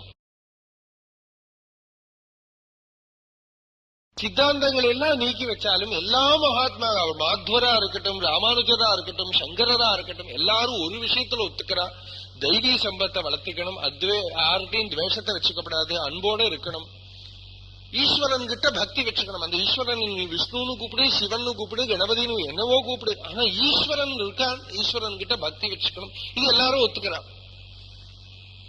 இங்க ஆத்ம ஞானத்தை அடையணுங்கிறதும் எல்லாரும் ஒத்துக்கிறான். அத முதல்ல பார்ப்போமே, அது இல்லாம போயிடும். அதே மாதிரி வைதிக கர்மங்களுக்கு ஒரு ப்ராப்ளம் என்னன்னா, கர்மத்தில் இந்த லட்சியத்தை எல்லாம் சொன்னாலோ இல்லையோ அந்த லட்சியத்தையே பிடிச்சு வச்சுட்டு இதுதான் வாஸ்தவம், இதுக்கு மேல ஒன்னும் கிடையாதுன்னு நின்றுடுவான். அந்த கர்மத்திலேயே நின்றுடுவான். அது அங்க நின்று ராகத்வேஷத்தை வளர்த்திப்பான். அந்த கர்ம காண்டத்துல நின்று நம்மளே பாக்குறோமே, கர்மகாண்டத்துல மாத்திரமா நின்றுடுத்தினாலும் ராகத்வேஷம் வளர்ந்துடும். அதுல நின்று மற்றெல்லாம் துவேஷிக்கிறதுங்கிற ஒரு நிலை வந்துடும். அதுவும் வரப்படாது. கர்மகாண்டம் எதுக்குன்னா உன்னை சித்தசுத்தி கொடுக்க. சித்தசுத்தி கொடுக்கலைன்னா நீ கர்மகாண்டத்தை அனுஷ்டானம் பண்ணினதே சரியில்லைன்னு அர்த்தம். கர்மகாண்டத்தை அனுஷ்டானம் பண்ணினா உனக்கு சித்தசுத்தி ஏற்படணும். சித்தசுத்தி ஏற்பட்டாதான் கர்மகாண்டத்தை சரியான ரீதியில நீ அனுஷ்டானம் பண்ணியிருக்கேன்னு அர்த்தம்.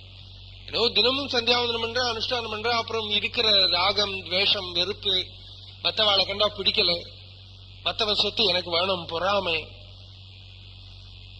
தனக்கு பேரு புகழ் ஆசை, இதெல்லாம் போகலைன்னா இவனுடைய அனுஷ்டானங்கள்ல எங்கேயோ கோளாறு இருக்குன்னு அர்த்தம். அனுஷ்டானங்கள்லாம் மற்றவாளுக்கு காட்டுறதுக்காகத்தான் இவன் பண்றான்னு அர்த்தம். இவனுக்காக பண்றான்னா அதோட எஃபெக்ட் தெரியும். எப்படி தெரியும்னா, இவனுக்காக இவன் அனுஷ்டானம் பண்றான்னா அந்த அனுஷ்டானம் இவனோட சித்தத்தை சுத்தம் பண்ணி ஆசைகளை எல்லாம் கம்மி பண்ணி இவனை ரீஃபைன்ட் ஆக்கிவிடும், இவனை சுத்தம் பண்ணிவிடும் சித்தத்தை. அப்ப பகவான் என்ன சொல்ற, ஒரே கர்மா தான் பாருங்க, ஆட்டிடியூட்ல தான் வித்தியாசம். ஒரே ஆக்ஷன் ஆட்டிடியூட்ல போ. நம்மளே பகவான் கிட்ட அன்பு தோன்றத ஒரு பூ மாலை எடுத்துன்னு போய் பகவான் கழுத்துல போடுறோம். பகவான் கிட்ட பக்தி தோன்றத ஒரு புஷ்பத்தை எடுத்து பகவான அர்ச்சனை பண்றோம். பகவான் கிட்ட பக்தி தோன்றத எனக்கு தீபாராதனை காட்டணும், எனக்கு ஏதோ மந்திரம் ஒன்னும் தெரியாது, ஏதோ நானும் போய் தீபாராதனை காட்டுறேன் சுவாமிக்கு. இதே நம்ம அந்த பாவத்தோட கர்மா என்ன, கர்மா எல்லாம் ஒண்ணுதான். இதே கர்மாவை ஒருத்தன் வேலையா பண்றது எப்படி இருக்கு பாருங்க. சம்பளத்துக்காக பண்றத, அதுக்கு மாத்திரமா பண்றத, ஒரே கர்மா தான். ரெண்டு பேரும் பக்தியோட பண்றவனும் இது கர்மா நினைச்சுன்னு பண்றவனும் ரெண்டு பேரும் ஒரே ஆக்ஷன்ஸ் தான் பண்றான். ஆக்ஷன்ஸ் ஒன்னும் வித்தியாசப்படல. அவனும் தீபாராதனை காட்டுறான், அவனும் புஷ்பத்தை எடுத்து போடுறான், அவனும் இப்படி இப்படி நிவேத்தியம் பண்றான். ஆனா அவனுக்கு பாவம் இல்லைன்னா அவன் பண்றது எப்படி இருக்கும், ஜடமா இருக்கும். ஏதோ இப்படி பண்ணிட்டு இருப்பான். அப்போ கர்மாவில எல்லாம் முக்கியம், பாவத்திலேயாக்கும் முக்கியம். அந்த பாவம் ரொம்ப முக்கியமா இருக்கணும். அதுக்கு வேண்டி கர்மாவை விட்டு விடப்படாது. எல்லாம் பாவம் தானே முக்கியம், கர்மா அது ஒரு எல்லாத்துலயும் ஒரு கோளாறு வந்துடும். இப்படி சொல்லிட்டுனா அது நேரத்துக்கு சொல்லியிருக்காரு, சந்தியாவந்தனம் எதுக்கு பண்ணணும், பாவத்துலதான் இருக்கணும், அதனால நாளையில இருந்து சந்தியாவந்தனம் பண்ணண்டான்னு வச்சுடுவான். அதெல்லாம் அர்த்தம். சந்தியாவந்தனம் நேற்றை வேற பாவம் இல்லாம பண்ணிட்டு இருந்தோம்னா இன்னைக்கு பாவத்தோட பண்றதுங்கிறது அர்த்தம். அப்போ கர்மாவில கர்ம காண்டத்துல பலஸ்ருதி எல்லாம் சொல்லி இருக்கா. ஆனா அந்த பலஸ்ருதி எல்லாம் வாஸ்தவம், கர்மகாண்டம் தான் வாஸ்தவம் நினைச்சு அங்கேயே போய் ஒட்டி விடாதே. எல்லாத்துல இருந்தும் வெளியில வரணும். ஆசையை வளர்த்திக்கப்படாது. அது லோகத்திலேயா இருக்கட்டும் வேதத்திலே ஆகட்டும், ஆசையை வளர்த்தீங்கன்னா இந்த ஜீவன் மாட்டின்னு விடும். தக்ஷனும் பெரிய வேதாத்தியனம் பண்ணவன் தான். தக்ஷன் யாகம் பண்றது ஈஸ்வரனையே நிஷேதம் பண்ணி யாகம் பண்ணினான். ஆனா அது பலிக்கல இல்லையா. அப்போ கர்மத்திலே அல்ல, பாவத்துல ரொம்ப முக்கியம் கொடுக்கணும். இதுதான் அடுத்த 3 ஸ்லோகங்கள்ல பகவான் சொல்றது பார்ப்போம். 42 யாமிமாம் புஷ்பிதாம் வாசம் பிரவதந்தி அவிபஷ்சிதः வேதவாதரதாः பார்த்த நான்யதஸ்தீதி வாதினः. ரொம்ப பவர்ஃபுல் லாங்குவேஜ். யாமிமாம் புஷ்பிதாம் வாச்சம் பிரவதந்திங்கிறார் பகவான். புஷ்பிதாம் வாச்சம்னா ஃபிளவரி லாங்குவேஜ். வேதத்தில் இருக்கிற அர்த்தவாதங்களை எல்லாம் உண்மைன்னு நினைச்சுண்டு அதுலயே ரமிச்சுண்டு அவ பேசுறத கேட்டா ரொம்ப சந்தோஷமா இருக்கும். சொர்க்கத்துல போய் சுகிக்கலாம், லோகத்துல இருக்கிற சுக பாவனைகள்லாம் விட்டு சொர்க்கத்துல போய் சுகமா இருக்கலாம், அப்சர ஸ்திரீகள் இருப்பா, தேவலோக சௌக்கியங்கள்லாம் அனுபவிக்கலாம், சுகங்கள்லாம் அனுபவிக்கலாம், இப்படியெல்லாம் பாவனை பண்ணிட்டு வேதவாதரதாக பார்த்த அந்நியதஸ்தீதி வாதினை. இதுக்கு மேல வேற ஒன்னும் அடையறதுக்கு இல்லை. இந்த கர்மா எல்லாம் பண்ண வேண்டியது, கர்மத்தோட பலனை அனுபவிக்க வேண்டியது, அதுக்காக சொர்க்கத்துக்கு போக வேண்டியது, அதுதான் உண்மையை நினைச்சுண்டு நான் அந்நியதஸ்தீதி வாதினாக. வேற ஒன்னும் கிடையாது. ஆத்மா அனுபவமோ வேதாந்த வித்தையோ பிரம்ம வித்தையோ கொஞ்சம் கூட திரும்பி பார்க்க மாட்டா, கர்மகாண்டத்திலேயே ரமிச்சுன்னு இருப்பா. அப்படி இருக்கிறவா அவிபஷ்சிதா கூப்பிடுறாரு. அவிபஷ்சித்னா அஜ்ஞானின்னு அர்த்தம், அறிவில்லாதவன் அர்த்தம். அறிவில்லாதவன் அஜ்ஞானி. ஆச்சாரியால் சனத்சுஜாதிய பாஷ்யத்துல ஒரு ஸ்லோகத்தை எடுத்து கோட் பண்றான். ரொம்ப சக்தமான ஸ்லோகம். அதுல என்ன சொல்றான்னா, 4 வேதத்தையும் கற்றவனா இருந்தாலும் அதோட பொருள் பிரம்மத்தை அடையல் தான் யாரு தெரிஞ்சுக்காம இருக்கானோ அவன் வேதம்ங்கிற வெயிட்டு தூக்கக்கூடிய ஒரு கர்தபம் தான். சதுர்வேத்யபி யோ விப்ரஹா சூக்ஷ்மம் பிரம்மன விந்ததே வேதபாரபராக்கிராந்த சவை பிராமண கர்தபா. வேதத்துடைய லட்சியத்தை எல்லாம் மறந்து சும்மா அந்த வெயிட். அப்ப கம்ப்யூட்டருக்கு நமக்கு என்ன வித்தியாசம்? நாளைக்கு கம்ப்யூட்டர்ல நன்னா ஸ்வஸ்வரத்தோடு கூட வேதம் சொல்லி கொடுத்தா அதுவும் சொல்லுமே இல்லையா. அப்ப என்ன வித்தியாசம்? அப்ப பாவத்துலதானே வித்தியாசம். வேதம்ங்கிற பாவம் யாருக்கு உள்ள இருக்கோ, அது பரமாத்மாங்கிற பாவம் யாருக்கு உள்ள இருக்கோ, பரமாத்மாவை அடையறதுக்கு தான் அதுங்கிற பாவம் யாருக்கு உள்ள இருக்கோ, அவனுக்கு அது லட்சியத்துல கொண்டு விட்டுடும். இல்லாதவனுக்கு அவிபஷித் அஜ்ஞானி அவன் என்னத்தை எல்லாம் மனசுல வச்சுட்டு இருக்கான். அடுத்த ஸ்லோகத்துல பார்ப்போம். காமாத்மானஹ ஸ்வர்கபராம் ஜன்ம கர்ம பலப்ரதாம் கிரியா விசேஷ பகுளாம் போகைஸ்வர்ய கதிம் பிரதி. காமாத்மானஹ, இவன் கர்மாவெல்லாம் நிறைய பண்றான். ஆனா இவனுக்கு எப்ப பார்த்தாலும் ஆசை. சாதாரண மனுஷனுக்கு லோகத்தில் இருக்கிற ஆசை தான் இருக்கு. இவனுக்கு இதுக்கு அப்புறம் மேல போயிட்டு எதெல்லாமோ அடையறதுக்கு ஆசை இருக்கு. சொர்க்காதி சுக அனுபவங்களுக்கு இருக்கிற ஆசை இருக்கு. அப்போ காமாத்மானஹ, எப்ப பார்த்தாலும் ஆசையை உள்ள வச்சுட்டு இந்த ஆசையை சாதிக்க அந்த கர்மா இந்த கர்மா, அந்த அனுஷ்டானம் இந்த அனுஷ்டானம், அந்த கர்மா. இந்த கர்மாக்கு வாஸ்தவத்துல ஏன் அந்த கர்மா இந்த கர்மான்னு போட வைக்கிறான்னா அது வெறுத்து போனோம். இந்த திரிபுர ரகசியத்துல பரசுராமன் கதை வருது. பரசுராமனுக்கு அம்மா ரேணுகாதேவிய வதிச்சு விட்டாரோ இல்லையோ, வெட்டினாரு. அப்ப அந்த பாபம் ஜமதகிரி மகர்ஷி திருப்பி அம்மாக்கு உயிர் கொடுத்தார். ஆனா அம்மாக்கு உயிர் கொடுத்தாலும் பரசுராமனுக்கு ஐயோ நான் இப்படி பண்ணி விட்டேனே, இப்படி ஒரு கோர கர்மத்தை பண்ணி விட்டேனே, என் கையால வெட்டி விட்டேனேங்கிற ஒரு பாவம். அந்த பாவம் புத்தி அவரோட மனசுல இருந்து போறதே இல்லை. எப்ப பார்த்தாலும் அது இப்படியே உள்ள உறுத்திண்டே இருக்கு. தூங்கணும்னு நினைச்சா மனசுக்கு முன்னால வந்து நிக்கிறது. தான் வெட்டினதும் தான் பண்ணினதும் இதெல்லாம் மனசுக்கு முன்னால வந்து இந்த மகா பாபம் பண்ணி விட்டேனே, பாவம் பண்ணி விட்டேனே தவிக்கிறார். அப்படி இருக்க அவர் ரொம்ப தூரம் நடந்து கொஞ்சம் ரிஷிகள் இருக்கா, அந்த ரிஷிகள் கிட்ட போய் கேட்கிறார், எனக்கு இந்த பாபத்துக்கு ஏதாவது பிராயஷ்சித்தம் சொல்லி கொடுங்க கேட்கிறார். ரிஷிகள் பார்த்தா இவருக்கு இப்ப ஞானோபதேசம் பண்ணப்படாது, பிராயஷ்சித்தம் தான் சொல்லி கொடுக்கணும். இப்ப என்ன பிராயஷ்சித்தம்னா, ஒரு வருஷ காலம் சில பூஜைகள் பண்ணணும். அந்த பூஜைகளுக்கு தினமும் புதுசா ஒரு பூ கொண்டு வரணும். அதாவது இன்னைக்கு உபயோகிச்ச வெரைட்டி பூ நாளைக்கு உபயோகிக்கப்படாது. தினமும் புதுசா ஒரு புஷ்பம் கொண்டு வரணும். தினமும் புதுசா ஒரு திரவியத்தால ஹோமம் பண்ணணும். தினமும் புதுசான ஒரு இஷ்டிகைகள்லாம் கொண்டு வந்து வச்சு ஹோமத்துக்கு ஏற்பாடு பண்ணணும். பலவித திரவியங்கள். அப்புறம் தினமும் புதுசான முத்திரைகள் உபயோகப்படுத்தணும். புதுசான மந்திரங்களை தினமும் கத்துன்னு அந்த மந்திரங்களால ஹோமம் பண்ணணும். இப்படி எல்லாம் விதிகள். இந்த விதிகள் எல்லாம் பார்த்து பரசுராமன் பண்ண ஆரம்பிச்சார். கொஞ்ச நாளுக்குள்ளேயே இவருக்கு போரும் ஆயிடுச்சு. ஆனா ஒரு வருஷம் ஏத்துட்டு இருக்கா இல்லையோ, அந்த ஒரு வருஷத்துக்கு விட முடியாத என்ன பண்றது? ஒரு வருஷத்துக்கு வேணாதானே பிராயஷ்சித்தமாகும். இந்த ஒரு வருஷம் பண்ணி இவருக்கு படாத பாடு ஆயிடுச்சு. அதுவே அந்த எது பிராயஷ்சித்தம், எந்த துக்கத்துக்கு பிராயஷ்சித்தமோ அந்த பிராயஷ்சித்தமே பரம துக்கமா போயிடுச்சு. துக்கௌஷதம் ததபி துக்கம் அப்படின்னு அதுவே பெரிய துக்கமா போயிடுச்சு. லாஸ்ட்ல இந்த ஒரு வருஷம் ஆனப்போ போரும் ஆனவர் அப்படியே போய் அந்த ரிஷிகள் காலில் போய் விழுந்து, எனக்கு என்ன வழி சொல்லுங்க, இப்ப எப்படி இருக்கு உங்களுக்குன்னு கேட்கிறார். இப்ப ஏதாவது பாபம் பண்ணி விட்டேனோ, பாபமோ புண்ணியமோ, எனக்கு அது பூஜையை போரும்னு நீங்க வந்து சொன்னா போறோம், நிறுத்துறதுக்கு எனக்கு சொல்லுங்க, சமாதானமா நிம்மதியா நான் உட்கார்றேன். அப்படிவா, இப்பதான் நீ பக்குவம் அடைஞ்ச, இப்பதான் உனக்கு நிம்மதியா இருக்க முடியும். ஏன்னா அன்னைக்கே நீ நிம்மதியா இருன்னு நான் சொன்னா உன்னால முடியாது. அன்னைக்கு நான் பாபம் பண்ணேனே இந்த பாப புத்தி உன்னை பாதிச்சுட்டே இருந்தது இல்லையா? அப்போ இந்த காஞ்சி பரமாச்சாரியால் இதுக்கு ஒரு எக்ஸாம்பிள் என்ன சொல்றாருன்னா, பிராயஷ்சித்தம் எல்லாம் என்னத்துக்குங்கிறதுக்கு ரொம்ப அழகா எக்ஸாம்பிள் சொல்றது. ஒருத்தன் வந்து ஒரு விறகு கட்டின்னு போறான்.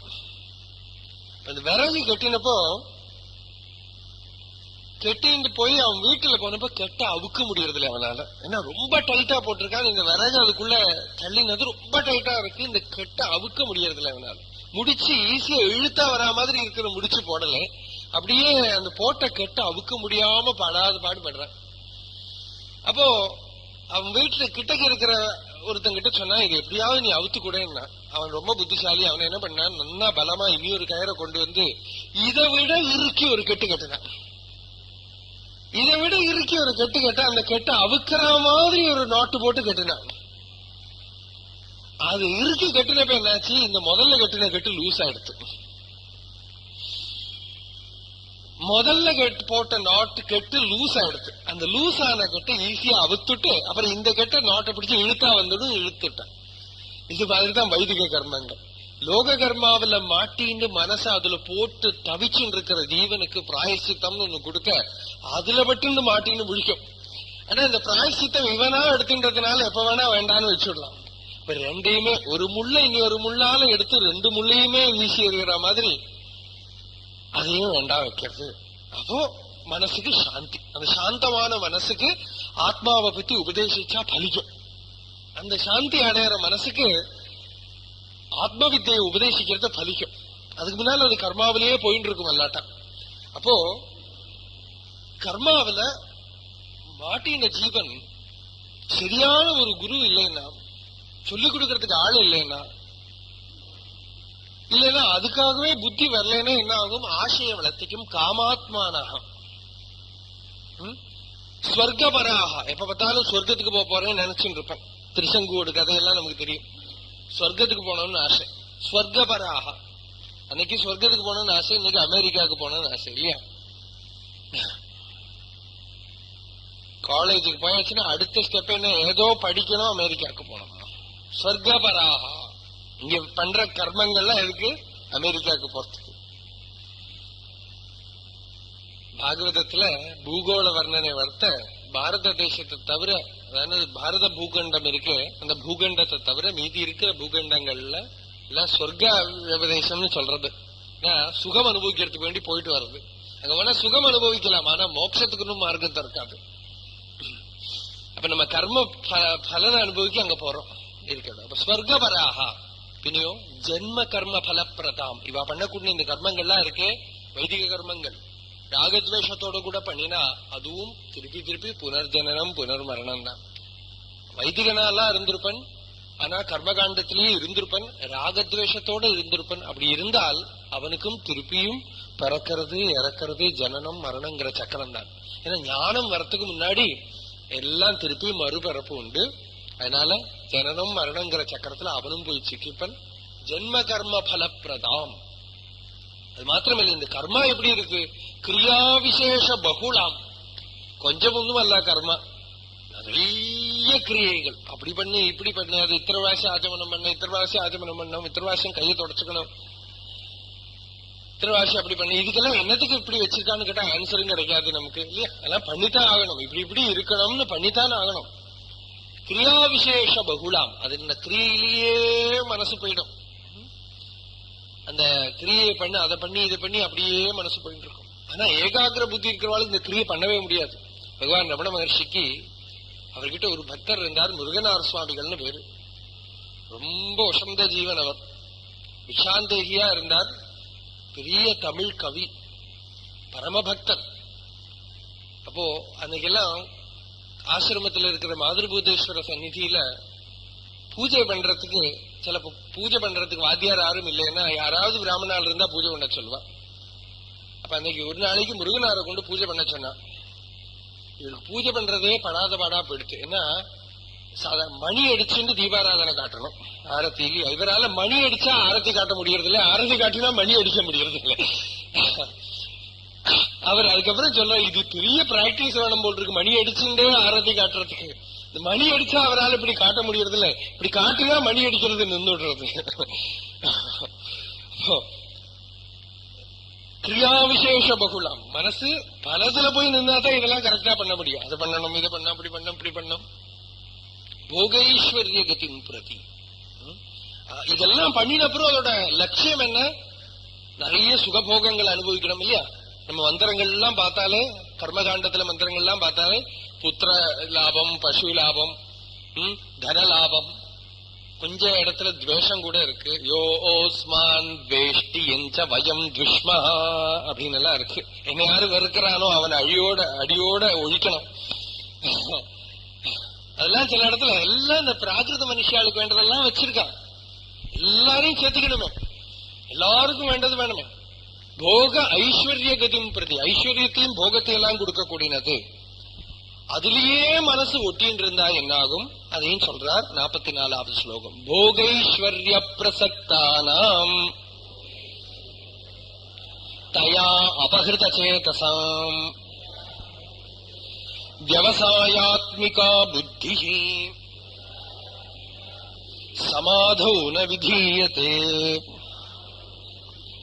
போக ஐஸ்வர்ய பிரசக்தானாம், வாழ்க்கையில பிரசக்தினா என்ன அர்த்தம்? ப்ராமினன்ஸ் அர்த்தம், இம்பார்ட்டன்ஸ். என்னோட வாழ்க்கையில நான் எதுக்கு ப்ராமினன்ஸ் கொடுத்திருக்கேனோ அது எப்பவுமே என்னோட வாழ்க்கையில முன்னால நின்றுட்டே இருக்கும். இந்த மாதிரி கர்மத்துல மாட்டினவா அவளுக்கு என்ன முக்கியம்? ஈஸ்வரன் ஒன்னும் முக்கியம் அல்ல. மீமாம்சாக்காரர்கள் சொல்ற ஈஸ்வரன் கூட நான் பண்ணின கர்மத்துக்கு பலம் கொடுக்கிறவன் நம்மதான். இதான் மீமாம்சகாலுடைய மதம். நான் பண்ண கர்மாக்க அவன் பலம் கொடுக்கிறான். அல்லாம அவன் என்ன எல்லாத்துக்கும் சர்வேஸ்வரன் அவன்கிட்ட எப்பவும் போய் நான் பண்ண கர்மத்துக்கு அவன் அடிமை பலம் கொடுக்கணும். இந்த பாவம் தான் அவளுக்கு. இப்போ அவள் லட்சியம் என்ன? போக ஐஸ்வர்ய கதி. அவளுக்கு போகம் வேணும், சுகபோகங்களை அனுபவிக்கணும், நிறைய தனம் முதலான சம்பத்துகள் ஐஸ்வர்யத்தோட இருக்கணும். இதான் அவள் லட்சியம். அதுலயே மனசு ப்ராமினன்ஸ் கொடுத்துட்டு இருக்கு. நம்ம வாழ்க்கையில அங்கீகரிச்சிருக்கக்கூடிய எல்லாமே பாருங்க அப்படித்தான் இருக்கும். நம்மளும் அதைத்தான் விரும்புறோம். அது யாரு இருக்கோ அவள் எப்பவுமே நம்ம ரெஸ்பெக்டோட இருப்போம். எத்தனை மகாத்மாவா இருக்கட்டும், தனம் இல்லாதவனா இருந்தானா அவனை எங்கேயோ கீழே தள்ளி விடுவோம் இல்லையா? போகேஸ்வரியத்துக்கு ப்ராமினன்ஸ், அதுக்கே பிரசக்தி. அவனோட புத்தியோ தயா அபகிருத சேதசாம், புத்தி அதை அபகரிச்சுன்னு போயிடும். அவனோட மனசுல எப்பவுமே அவன் அது மாதிரி நானும் இருக்க மாட்டேனா, அது மாதிரி நானும் அடைய மாட்டேனா. ஒரு கல்ச்சர், ஒரு ராஜ்யத்தோட கல்ச்சர், ஒரு சொசைட்டியோட கல்ச்சர், அது எத்தனை கண்டு கல்ச்சர் இருக்குன்னு தெரியணும்னா அந்த சொசைட்டி எல்லாமே சேர்ந்து மேக்சிமம் மெஜாரிட்டி என்னத்த ஐடியலா வச்சுட்டு இருக்காங்கிறத பார்த்தா தெரிஞ்சிடும். அவ லட்சியமா என்னத்தை வச்சுட்டு இருக்கான்னு பார்த்தா, ப்ராமினன்ஸ் எதுக்கு கொடுத்திருக்கான்னு பார்த்தா தெரிஞ்சிடும். நம்ம தமிழ்நாடு ஒரு காலத்துல எப்படி இருந்தது? தென்னாடுடைய சிவனே போற்றி அப்படின்னு சொல்றோம். தமிழ்நாட்டுக்கு சேர்ந்தவன் சிவன். ஆழ்வார்கள்லாம் இந்த நாட்டில்தான் உண்டாயிருக்கா, நாயன்மார்கள்லாம் இந்த நாட்டில்தான் உண்டாயிருக்கா. பகவத் பக்தியும் கலையும் சங்கீதமும் தழைச்சு வளர்ந்த நாடு. ஈஸ்வர பக்தி தியாகம் முதலானது தழைச்சு வளர்ந்த நாடு. அதை லட்சியமா வச்சுருந்த நாடு. அப்படி இருக்கிற மகாத்மாக்களையும் பக்தாளையும் லட்சியமா வச்சுருந்த நாடு. அப்படி இருந்த இந்த நாட்டுல இப்ப நம்ம யார லட்சியமா வச்சுட்டு இருக்கோம், யார ஐடியலா வச்சுட்டு இருக்கோம் பார்த்தா தெரியும் நம்மளோட கல்ச்சர் எங்க இருக்கு. Psychologically how much we have become degraded ங்கிறதெல்லாம் நமக்கே பார்த்தா தெரியும். ஒரு ஒரு ஒரு ராஜ்யம் எதை வச்சுட்டு இருக்காளோ அதுதான் அவளோட உள்ளம். அப்ப இங்க பகவான் என்ன சொல்றார்? ரொம்ப பெட்டிய ஐடியல்ஸ் முன்னால வச்சுருப்பா. போக ஐஸ்வர்ய பிரசக்தான அவ புத்தி எப்பவுமே அதை பத்தி தான் சொல்லிட்டு இருக்கும். தயா அபகிருத்த சேதசாம், அவ புத்திய அதை அபகரிச்சுட்டு போயிடும், அதையே எடுத்துட்டு போயிடும். அப்படி இருக்கிறவாளுக்கு விவசாயாத்மிகா புத்தி, ஏகத்துவ புத்தி வந்து மனசு தியானத்துல ஏற்படவே செய்யாது. சமாதோன விதீயது. எல்லா இடத்துலயும் மெடிடேஷன் கிளாஸ் எல்லாம் நடக்கிறது. That is not meditation at all. தியானம் தியானம்னு எங்க வேணா போய் கிளாஸ் எடுக்கலாம். தியானத்தினால பலம் கிடைக்காதா? கிடைக்கும், நடத்துறவனுக்கு கிடைக்கும் பலம். ஒரு ஸ்லோகம், ஒரு சுவாமி சங்கர ஜெயந்தி போது ஒரு மகாத்மா ஒருத்தரை பார்க்க போனப்ப அவர் சொன்னார், ரொம்ப அழகான ஸ்லோகம். குரவோ பகவ சந்தி சிஷ்ய வித்தாபஹாரிணா தமேகம் சங்கரம் வந்தே சிஷ்ய சந்தாபஹாரிணம் அப்படின்னு. நிறைய குருக்கள் இருக்கா. குருவுக்கு என்ன லட்சணம்னு கேட்டா சிஷ்ய விது, சிஷ்யனை நல்லா தெரிஞ்சிருந்தவனா இருக்கணும். தாபஹாரி, சிஷ்யனுடைய சம்சார தாபத்தை ஹரிக்கக்கூடியவன், எடுக்கக்கூடியவனா இருக்கணும். ஆனா சிஷ்ய விது தாபஹாரிங்கிறத சேர்த்துண்டா என்ன ஆகும்? சிஷ்ய விட்டாபஹாரி. விட்டம்னா பணம், அதுக்கு டார்கெட்ல எவ்வளவு இருக்கு. தியானம்ங்கிறது எப்ப ஏற்படும்னு கேட்டா, தியானத்துக்கு பேசிக், தியானத்தோட பவுண்டேஷன் யம நியமங்கள். அதனால இவனுக்கு சௌச்சம், சந்தோஷம், ஆச்சாரம், தயை, அன்பு, நிஸ்வார்த்ததை, சரீர சுத்தி, மனசுத்தி, இதெல்லாம் பேசிக்கா இருக்கிறவனுக்கு தான் தியானம்ங்கிற நிலை கைகூடுமே தவிர, லோகத்துல பூரா அசுர சம்பத்தோட கூட நடந்துட்டு கொஞ்ச நேரம் ஏதோ ஒருத்தர் கொஞ்சம் ரூபாயை கொண்டு கொடுத்து கொஞ்சம் சுவாசத்தை உள்ளுக்கு இழுத்து வெளியில விட்டு அப்புறம் கொஞ்ச நேரம் கண்ண மூடின்னு இருந்தா அதுக்கு தியானம்னு பேரல்ல, அது வெறுமன ஒரு ஹிப்னோசிஸ். அப்படித்தான் கொஞ்ச நேரம் கண்ண முடின்னு எதையோ அவன் ஏதோ கொஞ்சம் கிடைச்ச மாதிரி இருக்கும், அவனும் சந்தோஷப்பட கிடைச்சது நினைச்சப்பனே தவிர கொஞ்ச நாள் கழிஞ்சாதான் தெரியும். அதை வச்சுட்டு கொஞ்ச நாளைக்கு இருந்தாதான் தெரியாது எங்க கொண்டு விடுறதுன்னு. இப்போ பேசிக் பவுண்டேஷன் இல்லாத இந்த கட்டிடமே கீழே விழுந்துடும். பவுண்டேஷன் முக்கியமா வேணும். அதுக்கு என்ன முக்கியம்? இதெல்லாம் இந்த ஆசை, சம்பத்து, அம்பிஷன்ஸ் இதெல்லாம் யாரோட உள்ளேந்து போயிடுத்தோ, வாழ்க்கையோட லட்சியம் ஈஸ்வர சாட்சா்காரம் தான், ஆத்ம ஜானம் தான்ங்கிற அந்த ஏக லட்சியத்தை யாரு முன்னால வச்சுட்டு இருக்கானோ, அப்படி வச்சுட்டு இருக்கிறவனுக்கு எளிஷா தியானம் கைகூடும். தியானம்ங்கிறது கொஞ்ச நேரம் கண்ண மூடி உட்கார்ந்து இருக்கிறது மாத்திரம் அல்ல, தியானம்ங்கிறது 24 மணி நேரமும் இருக்கக்கூடிய ஒரு ப்ராசஸ். 24 மணி நேரமும் இருக்கக்கூடிய மனசோட கிளாரிட்டி, சுத்தி. தியானம்ங்கிறதோட லட்சியம் என்ன? உள்ள ஏதோ கலர் தெரிஞ்சா தியானம் ஆகாது. ஏதோ கொஞ்ச நாள் தியானம் பண்றோம், ஏதோ கலர் தெரிஞ்சது, இருக்கிற வாழ்க்கை எல்லாம் சொல்லிட்டே இருப்பாங்க. வெளிச்சம் இங்க பிரகாசம் அடிச்சது, இங்க லைட் தெரிஞ்சது, கலர் தெரிஞ்சது, அதுல ஒரு குளோட் ஓவர் இட், அதுவும் தியானம் அல்ல. யதார்த்த தியானத்தோட லட்சியம் என்ன? எங்கேயோ நான் ஒரு பொய்ய சொல்றேன், வந்து உடனே டிடெக்ட் பண்ணியாச்சு, பொய்ய சொல்றேன்னு தெரிஞ்சது உள்ள.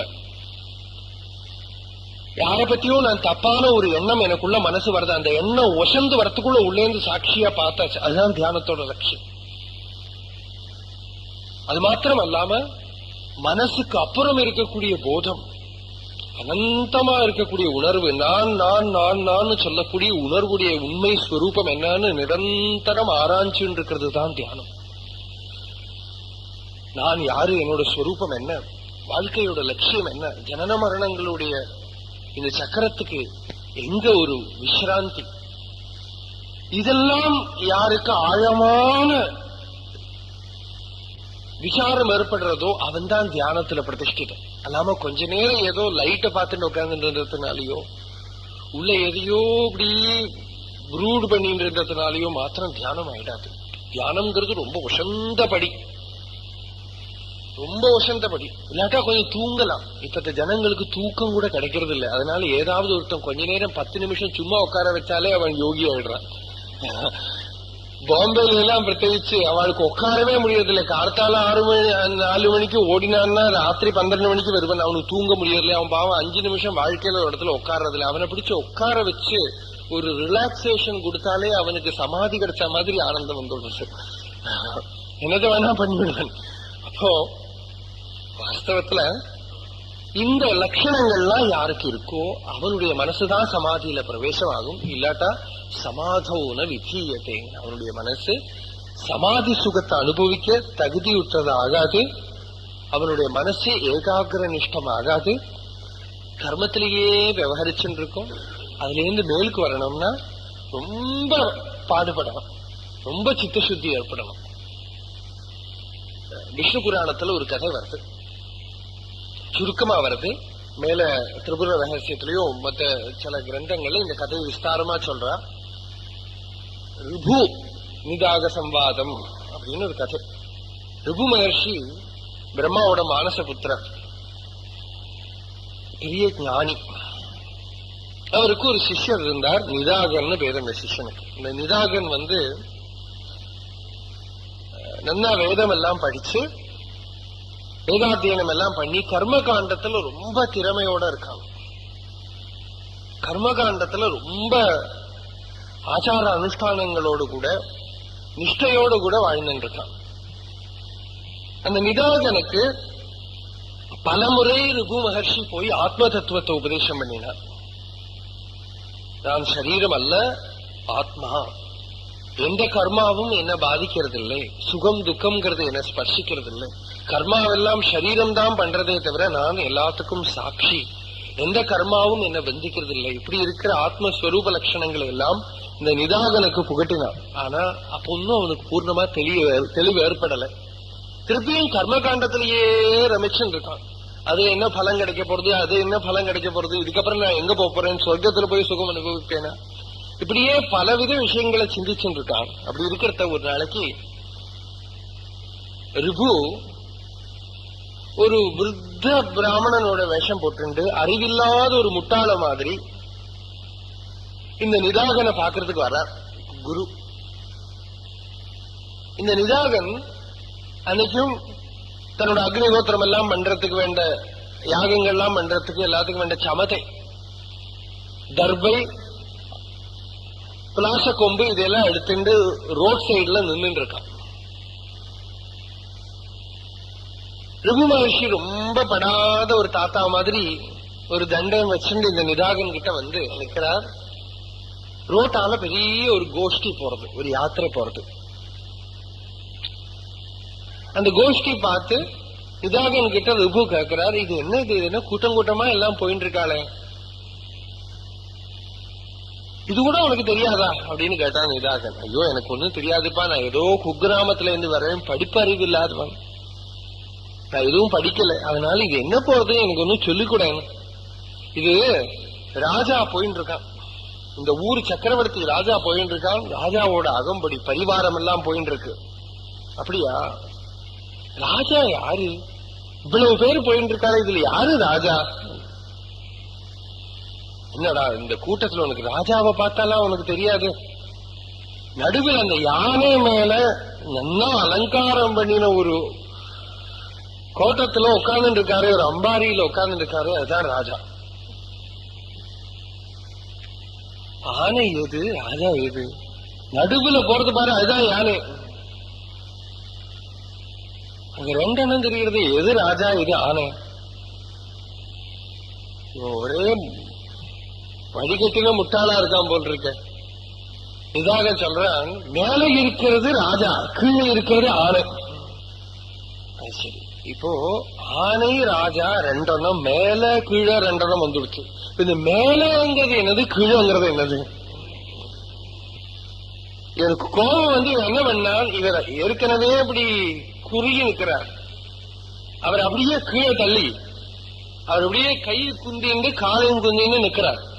அவர் மேல ஏறி உட்கார்ந்துட்டார். அது நிதாகன் ரிபு மகர்ஷியோட மேல முதுகுல ஏறி உட்கார்ந்துட்டார். ஏறி உட்கார்ந்து இப்ப நீ கீழே நான் மேல. இப்ப கீழே மேலங்கிறது புரிஞ்சது. இந்த நான் என்னது நீ என்னது பளிச்சுன்னு வீசிட்டு பாருங்க. இவ்வளவு நாளும் இல்லாத இன்சைட்டு கீழங்கிறது புரிஞ்சது, மேலங்கிறது புரிஞ்சது. இப்ப நான்கிறது என்னது நீங்கிறது என்னது அப்படின்னு கேட்ட உடனே மைண்ட் வாஸ் டோட்டலி ரிவர்ட்டட். அந்த நான்கிற அந்த உணர்வு, அந்த ஸ்பூர்த்திய போய் ஆராய நின்றது. அது என்னது, அது நான் சொன்னேன். ஒரு க்ஷணத்துல மனசு அப்படியே அந்த டிரான்ஸ், சமாதி நிலையில நிச்சலமா நின்றுத்து. அதுல இருந்து உணர்ந்தவன் குருவோட காலில் சாஷ்டாங்கம் விழுந்து நமஸ்காரம் பண்ணி, என்னுடைய குருவாத்தான் இருக்கணும் நீங்கள், வேற யாருமா இருக்கும், வேற யாரும் அல்லங்கிறத நான் புரிஞ்சுட்டேன், ரிபு மகர்ஷியாத்தான் இருக்கணும்னு அவர் காலில் விழுந்து நமஸ்காரம் பண்ணி கர்மத்திலேருந்தெல்லாம் முக்தி அடைஞ்சு ஞானத்தை அடைஞ்சார். கர்மத்தினால சித்தம் சுத்தமாச்சு. சுத்தமான சித்தத்துல நான்கிறது என்னது, எல்லா கர்மகாண்டத்துடைய லட்சியமும் என்ன, நான் யாருங்கிற விசாரத்தை பண்றதுக்கு இருக்கிற தகுதியை கொடுக்கறது தான். எல்லா கர்மத்தாலையும் சித்தசுத்தி அடைஞ்சு நான் யாரு, என்னுடைய ஸ்வரூபம் என்னங்கிறத ஜீவன் தெரிஞ்சுக்கணும். தன்னைத்தான், தன்னுடைய ஸ்வரூபம் என்ன, தான் யாரு, நான் சரீரம் அல்ல, மனசு அல்ல, புத்தி அல்ல, அகங்காரம் அல்ல, அவ்வியக்தமான அஜ்ஞானம் அல்ல, எல்லாத்தையும் நீக்கி விடுத்தினா நீக்க முடியாம அவசேஷிக்கக்கூடிய சுத்தமான சிவம், நீக்க முடியாம அவசேஷிக்கக்கூடிய சுத்தமான போதமே நான், அறிவே நான், ஞானமே நான், நித்திய சுத்த புத்த முக்த ஸ்வரூபமாம் ஆகாசம் போல எங்கும் நிறைஞ்சு பரவி நிற்கக்கூடிய சச்சிதானந்தமயமான சிவமே நான், உள்ளும் புறவும் எங்கும் வியாபிச்சு நிற்கக்கூடிய சுத்த சிதாகாசமே நான்கிற உணர்வு ஒரு ஞானிக்கு பக்குவமான நிலையில ஏற்படுறது. அந்த அனுபவ நிலை சர்வ குணங்களுடைய சேர்க்கையும் கடந்து போனது, திரிகுணங்களுடைய சேர்க்கைய கடந்து போனது. கர்மகாண்டத்துல எல்லாம் திரிகுணம் தான் இருக்கு, சத்துவம் ரஜசு தமசு ஏதோ ஒரு குணத்தை ஆசிரியச்சுதான் இருக்கு. ஆனால் ஆத்ம ஞானம்ங்கிறது உபனிஷத் வித்தைங்கிறது குணங்களுக்கெல்லாம் அப்புறம் இருக்கக்கூடிய வித்தை. அந்த வித்தியில வந்தா தான் பரிபூர்ணமான நிம்மதி ஏற்படும். அதுக்காக பகவான் சொல்றார் திரிகுணங்களை கடந்து போங்கிறார். நம்ம ஹிந்து சாஸ்திரத்துல தவிர வேற ஒரு சாஸ்திரத்திலையும் சாஸ்திரத்துக்கு மேல போன்னு சொல்ல மாட்டான். மீதி இருக்கிறவெல்லாம் அந்த புஸ்தகத்துக்கு மேல நீ ஒரு அடி எடுத்து வச்ச கொலை பண்ணி விடுவாங்க, தலைய வெட்டி விடுவா. எல்லா மதங்கள்லயும் இந்த புஸ்தகத்தை வச்சுட்டு சண்டை போட்டுட்டா யுத்தங்கள்லாம் நடந்திருக்கு. ஆனா நம்ம மதத்துலதான் கர்மகாண்டத்தை எல்லாம் சொல்லியும் பகவான் வாயாலேயே பகவான் சொல்றாரு, அர்ஜுனா இந்த கர்மகாண்டத்தையும் தாண்டிப்போம் அப்படின்னு சொல்ற, இதுக்கும் மேல போ. அவ்வளவு ஃப்ரீடம். 45வது ஸ்லோகம். த்ரைகுண்ய விஷயா வேதா நிஸ்திரைகுண்யோ பவார்ஜுனா நிர்த்வந்தோ நித்யசத்வஸ்தோ நிர்யோகக்ஷேம ஆத்மவான். பிரபஞ்சமும் பிரபஞ்ச விஷயங்களை பற்றி பேசக்கூடிய கர்மகாண்டமும் திரிகுணங்களை பற்றி தான் பேசிட்டு இருக்கு. சத்துவம் ரஜஸ் தமசுங்கிற குணங்களை பற்றி. இது எல்லாமே, இந்த திரிகுணங்கள் எல்லாமே ஜடம் தான், எல்லாம் பிரகிருதி தான். சுத்தமான அனந்தமான அந்த பிரம்மத்துல நாமரூபங்களை உண்டாக்கி மாயை காட்டக்கூடிய ஜாலங்கள் தான் திரிகுண பிரபஞ்சம் பூரா. அதை பற்றி பேசக்கூடிய கர்மங்களும் அதே மாதிரி ஆத்தியந்திகமா உண்மை அல்ல. இதை உணர்ந்து, ஹே அர்ஜுனா, வேதங்கள்ல இருக்கிற கர்மகாண்டம் திரிகுணமயம்னு தெரிஞ்சு நீ அதெல்லாம் அனுஷ்டானம் பண்ணியாச்சு, இப்ப மேல போ. நிஸ்திரைகுண்யோ பவ அர்ஜுனா, கோ பியாண்ட் இட். எப்படி இருக்கணும்? நிர்த்வந்த்வஹா, ரெண்டுங்கிற எண்ணத்தை விட்டு சுகம் துக்கம் லாபம் நஷ்டம் ஜெயம் பராஜயம் எல்லாத்திலையும் சமபுத்தியை வச்சுண்டு நித்திய சத்வஸ்தா, எப்பவுமே சத்துவங்கிறதுக்கு இங்க அர்த்தம் ஆத்மான்னு அர்த்தம். ஆத்மஸ்திதனாக, ஆத்மஸ்திதனா இருந்தேன்னா திரிகுணத்துக்கு அதீதமா போகுதுன்னு சொல்லியாச்சு. அதனால சத்வஸ்தகாங்கிறதுக்கு சத்துவகுணம்னு மாத்திரம் சொன்னா பூர்ணமாகாது. இப்ப நித்திய சத்வஸ்தா ஆத்மஸ்திதனாக யோகக்ஷேம ஆத்மவான். யோகக்ஷேமம்ங்கிறதுக்கு என்ன அர்த்தம்? கிடைக்காதது கிடைக்கிறது யோகம், கிடைச்சதை காப்பாத்துறது க்ஷேமம். அப்பிராப்தஸ்ய பிராப்தி யோகா, பிராப்தஸ்ய ரக்ஷணம் க்ஷேம. இப்படி யோகக்ஷேமம், அதை பத்தியும் கவலைப்படாத. உன் வாழ்க்கையில் என்ன கிடைக்கிறதோ என்ன இருக்கோ இதை பத்தி எல்லாம் கவலைப்படாம எல்லாத்துக்கும் மேல போயிடும். மேல யோகக்ஷேமங்கிறதுக்கு வேற ஒரு அர்த்தமும் சொல்லலாம். க்ஷேமம்ங்கிறது லோக விஷயமானது, யோகம்ங்கிறது ஆத்தியாத்மிகமான அபிவிருத்தி. அதுக்கு அதை பத்தி கவலைப்படுறதையும் விட்டுடுங்கிறார் பகவான். எல்லாத்துக்கும் மேல போய் மோட்சத்தை பத்தியும் கவலைப்படாத, நல்லது தீயதை பத்தி கவலைப்படாத. எல்லா கர்மங்களுக்கும் மேல போய் சர்வமும் ஈஸ்வரமயம், ஈஸ்வரனை தவிர ஒன்னும் கிடையாது. பார்க்கறதெல்லாம் பகவானோட ஸ்வரூபம், பகவானை தவிர ஒன்னும் கிடையாது. எனக்கு எந்த கர்த்திருவமும் கிடையாது, எந்த கர்மாவும் கிடையாது, எந்த பந்தமும் கிடையாது. நடத்துறதெல்லாம் அந்த சர்வேஸ்வரன் தான் நடத்தின்னு இருக்கான். பார்க்கறதெல்லாம் அவனுடைய ஸ்வரூபம் தான். எல்லாம் அந்த பகவானுக்கு அர்ப்பிச்சு அந்த பகவானே தான் இருக்கான், ஈஸ்வரனே தான் எல்லாத்தையும் நடத்துறாங்கிற பாவத்தோடு கூட ஈஸ்வர புத்தியை ஒரு க்ஷணம் கூட மனசுல இருந்து நழுவ விடாம ஜகத்து பூரா ஈஸ்வரமயம்ங்கிற பாவத்தை வச்சுண்டு யாரு வாழறானோ அவன் எல்லா கர்மங்கள்ல இருந்து மேல போயிடுவான், எல்லா பந்தங்கள்ல இருந்து முக்தன் ஆயிடுவன். அந்த பக்தி நிலைய, அந்த ஞான நிலைய, சர்வத்திர சர்வதா ஈஸ்வர பாவம்ங்கிற ஞான நிலையை அடைஞ்சு சர்வபந்த விமுக்தனா இருங்கிற உபதேசத்தோடு கூட 45வது ஸ்லோகம் பூர்த்தி பண்ணிக்கிறது. மேற்கொண்டு நாளைக்கு இருக்கிற சமயத்துல ஸ்திதப்பிரஜ லட்சண பர்யந்தம் இருக்கிற ஸ்லோகங்களை நம்ம நாளைக்கு பார்க்கிறோம். நாளைக்கோட நம்மளோட இந்த 10 நாள் தசதின பகவத்கீதா யஜ்ஞம் தசதின ஸ்ரீமத் பகவத்கீதா யஜ்ஞம் பூர்த்தி ஆகிறது. இதே நேரத்தில் நாளைக்கு பார்ப்போம். சத்யம் ஞானமனந்தம் நித்யமநாகாசம் பரமாகாசம் கோஷ்ட பிராங்கண ரிங்கணலோலமநாயாசம் பரமாயாசம் மாயா கல்பிதநானாகாரமநாகாரம் புவனாகாரம் ஸ்மாமாநாதமநாதம் பிரணமத கோவிந்தம் பரமானந்தம் பரமானந்தம் பஜ கோவிந்தம் பரமானந்தம் கோவிந்தம் பரமானந்தம் பஜ கோவிந்தம் பரமானந்தம் கோபாலம் புவி லீலா விக்கிரக கோபாலம் குல கோபாலம் கோபீகேலன கோவர்தன திருத லீலா லாளித கோபாலம் கோபிர்நிகதித கோவிந்த ஸ்புடநாமானம்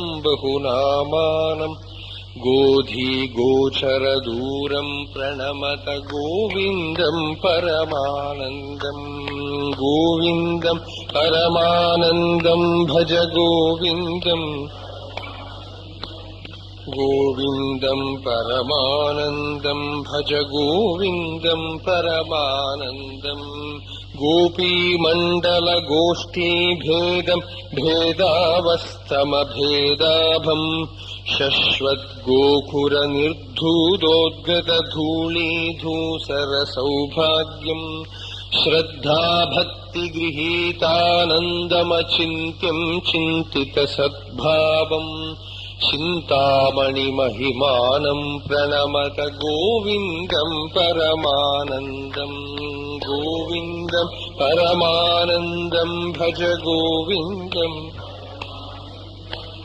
கோவிந்தம் பரமானந்தம் பஜ கோவிந்தம் பரமானந்தம் சர்வ வேதாந்த சித்தாந்த கோச்சரம் தம கோச்சரம் கோவிந்தம் பரமானந்தம் சத்குரும் பிரணதோஸ்ம்யஹம்.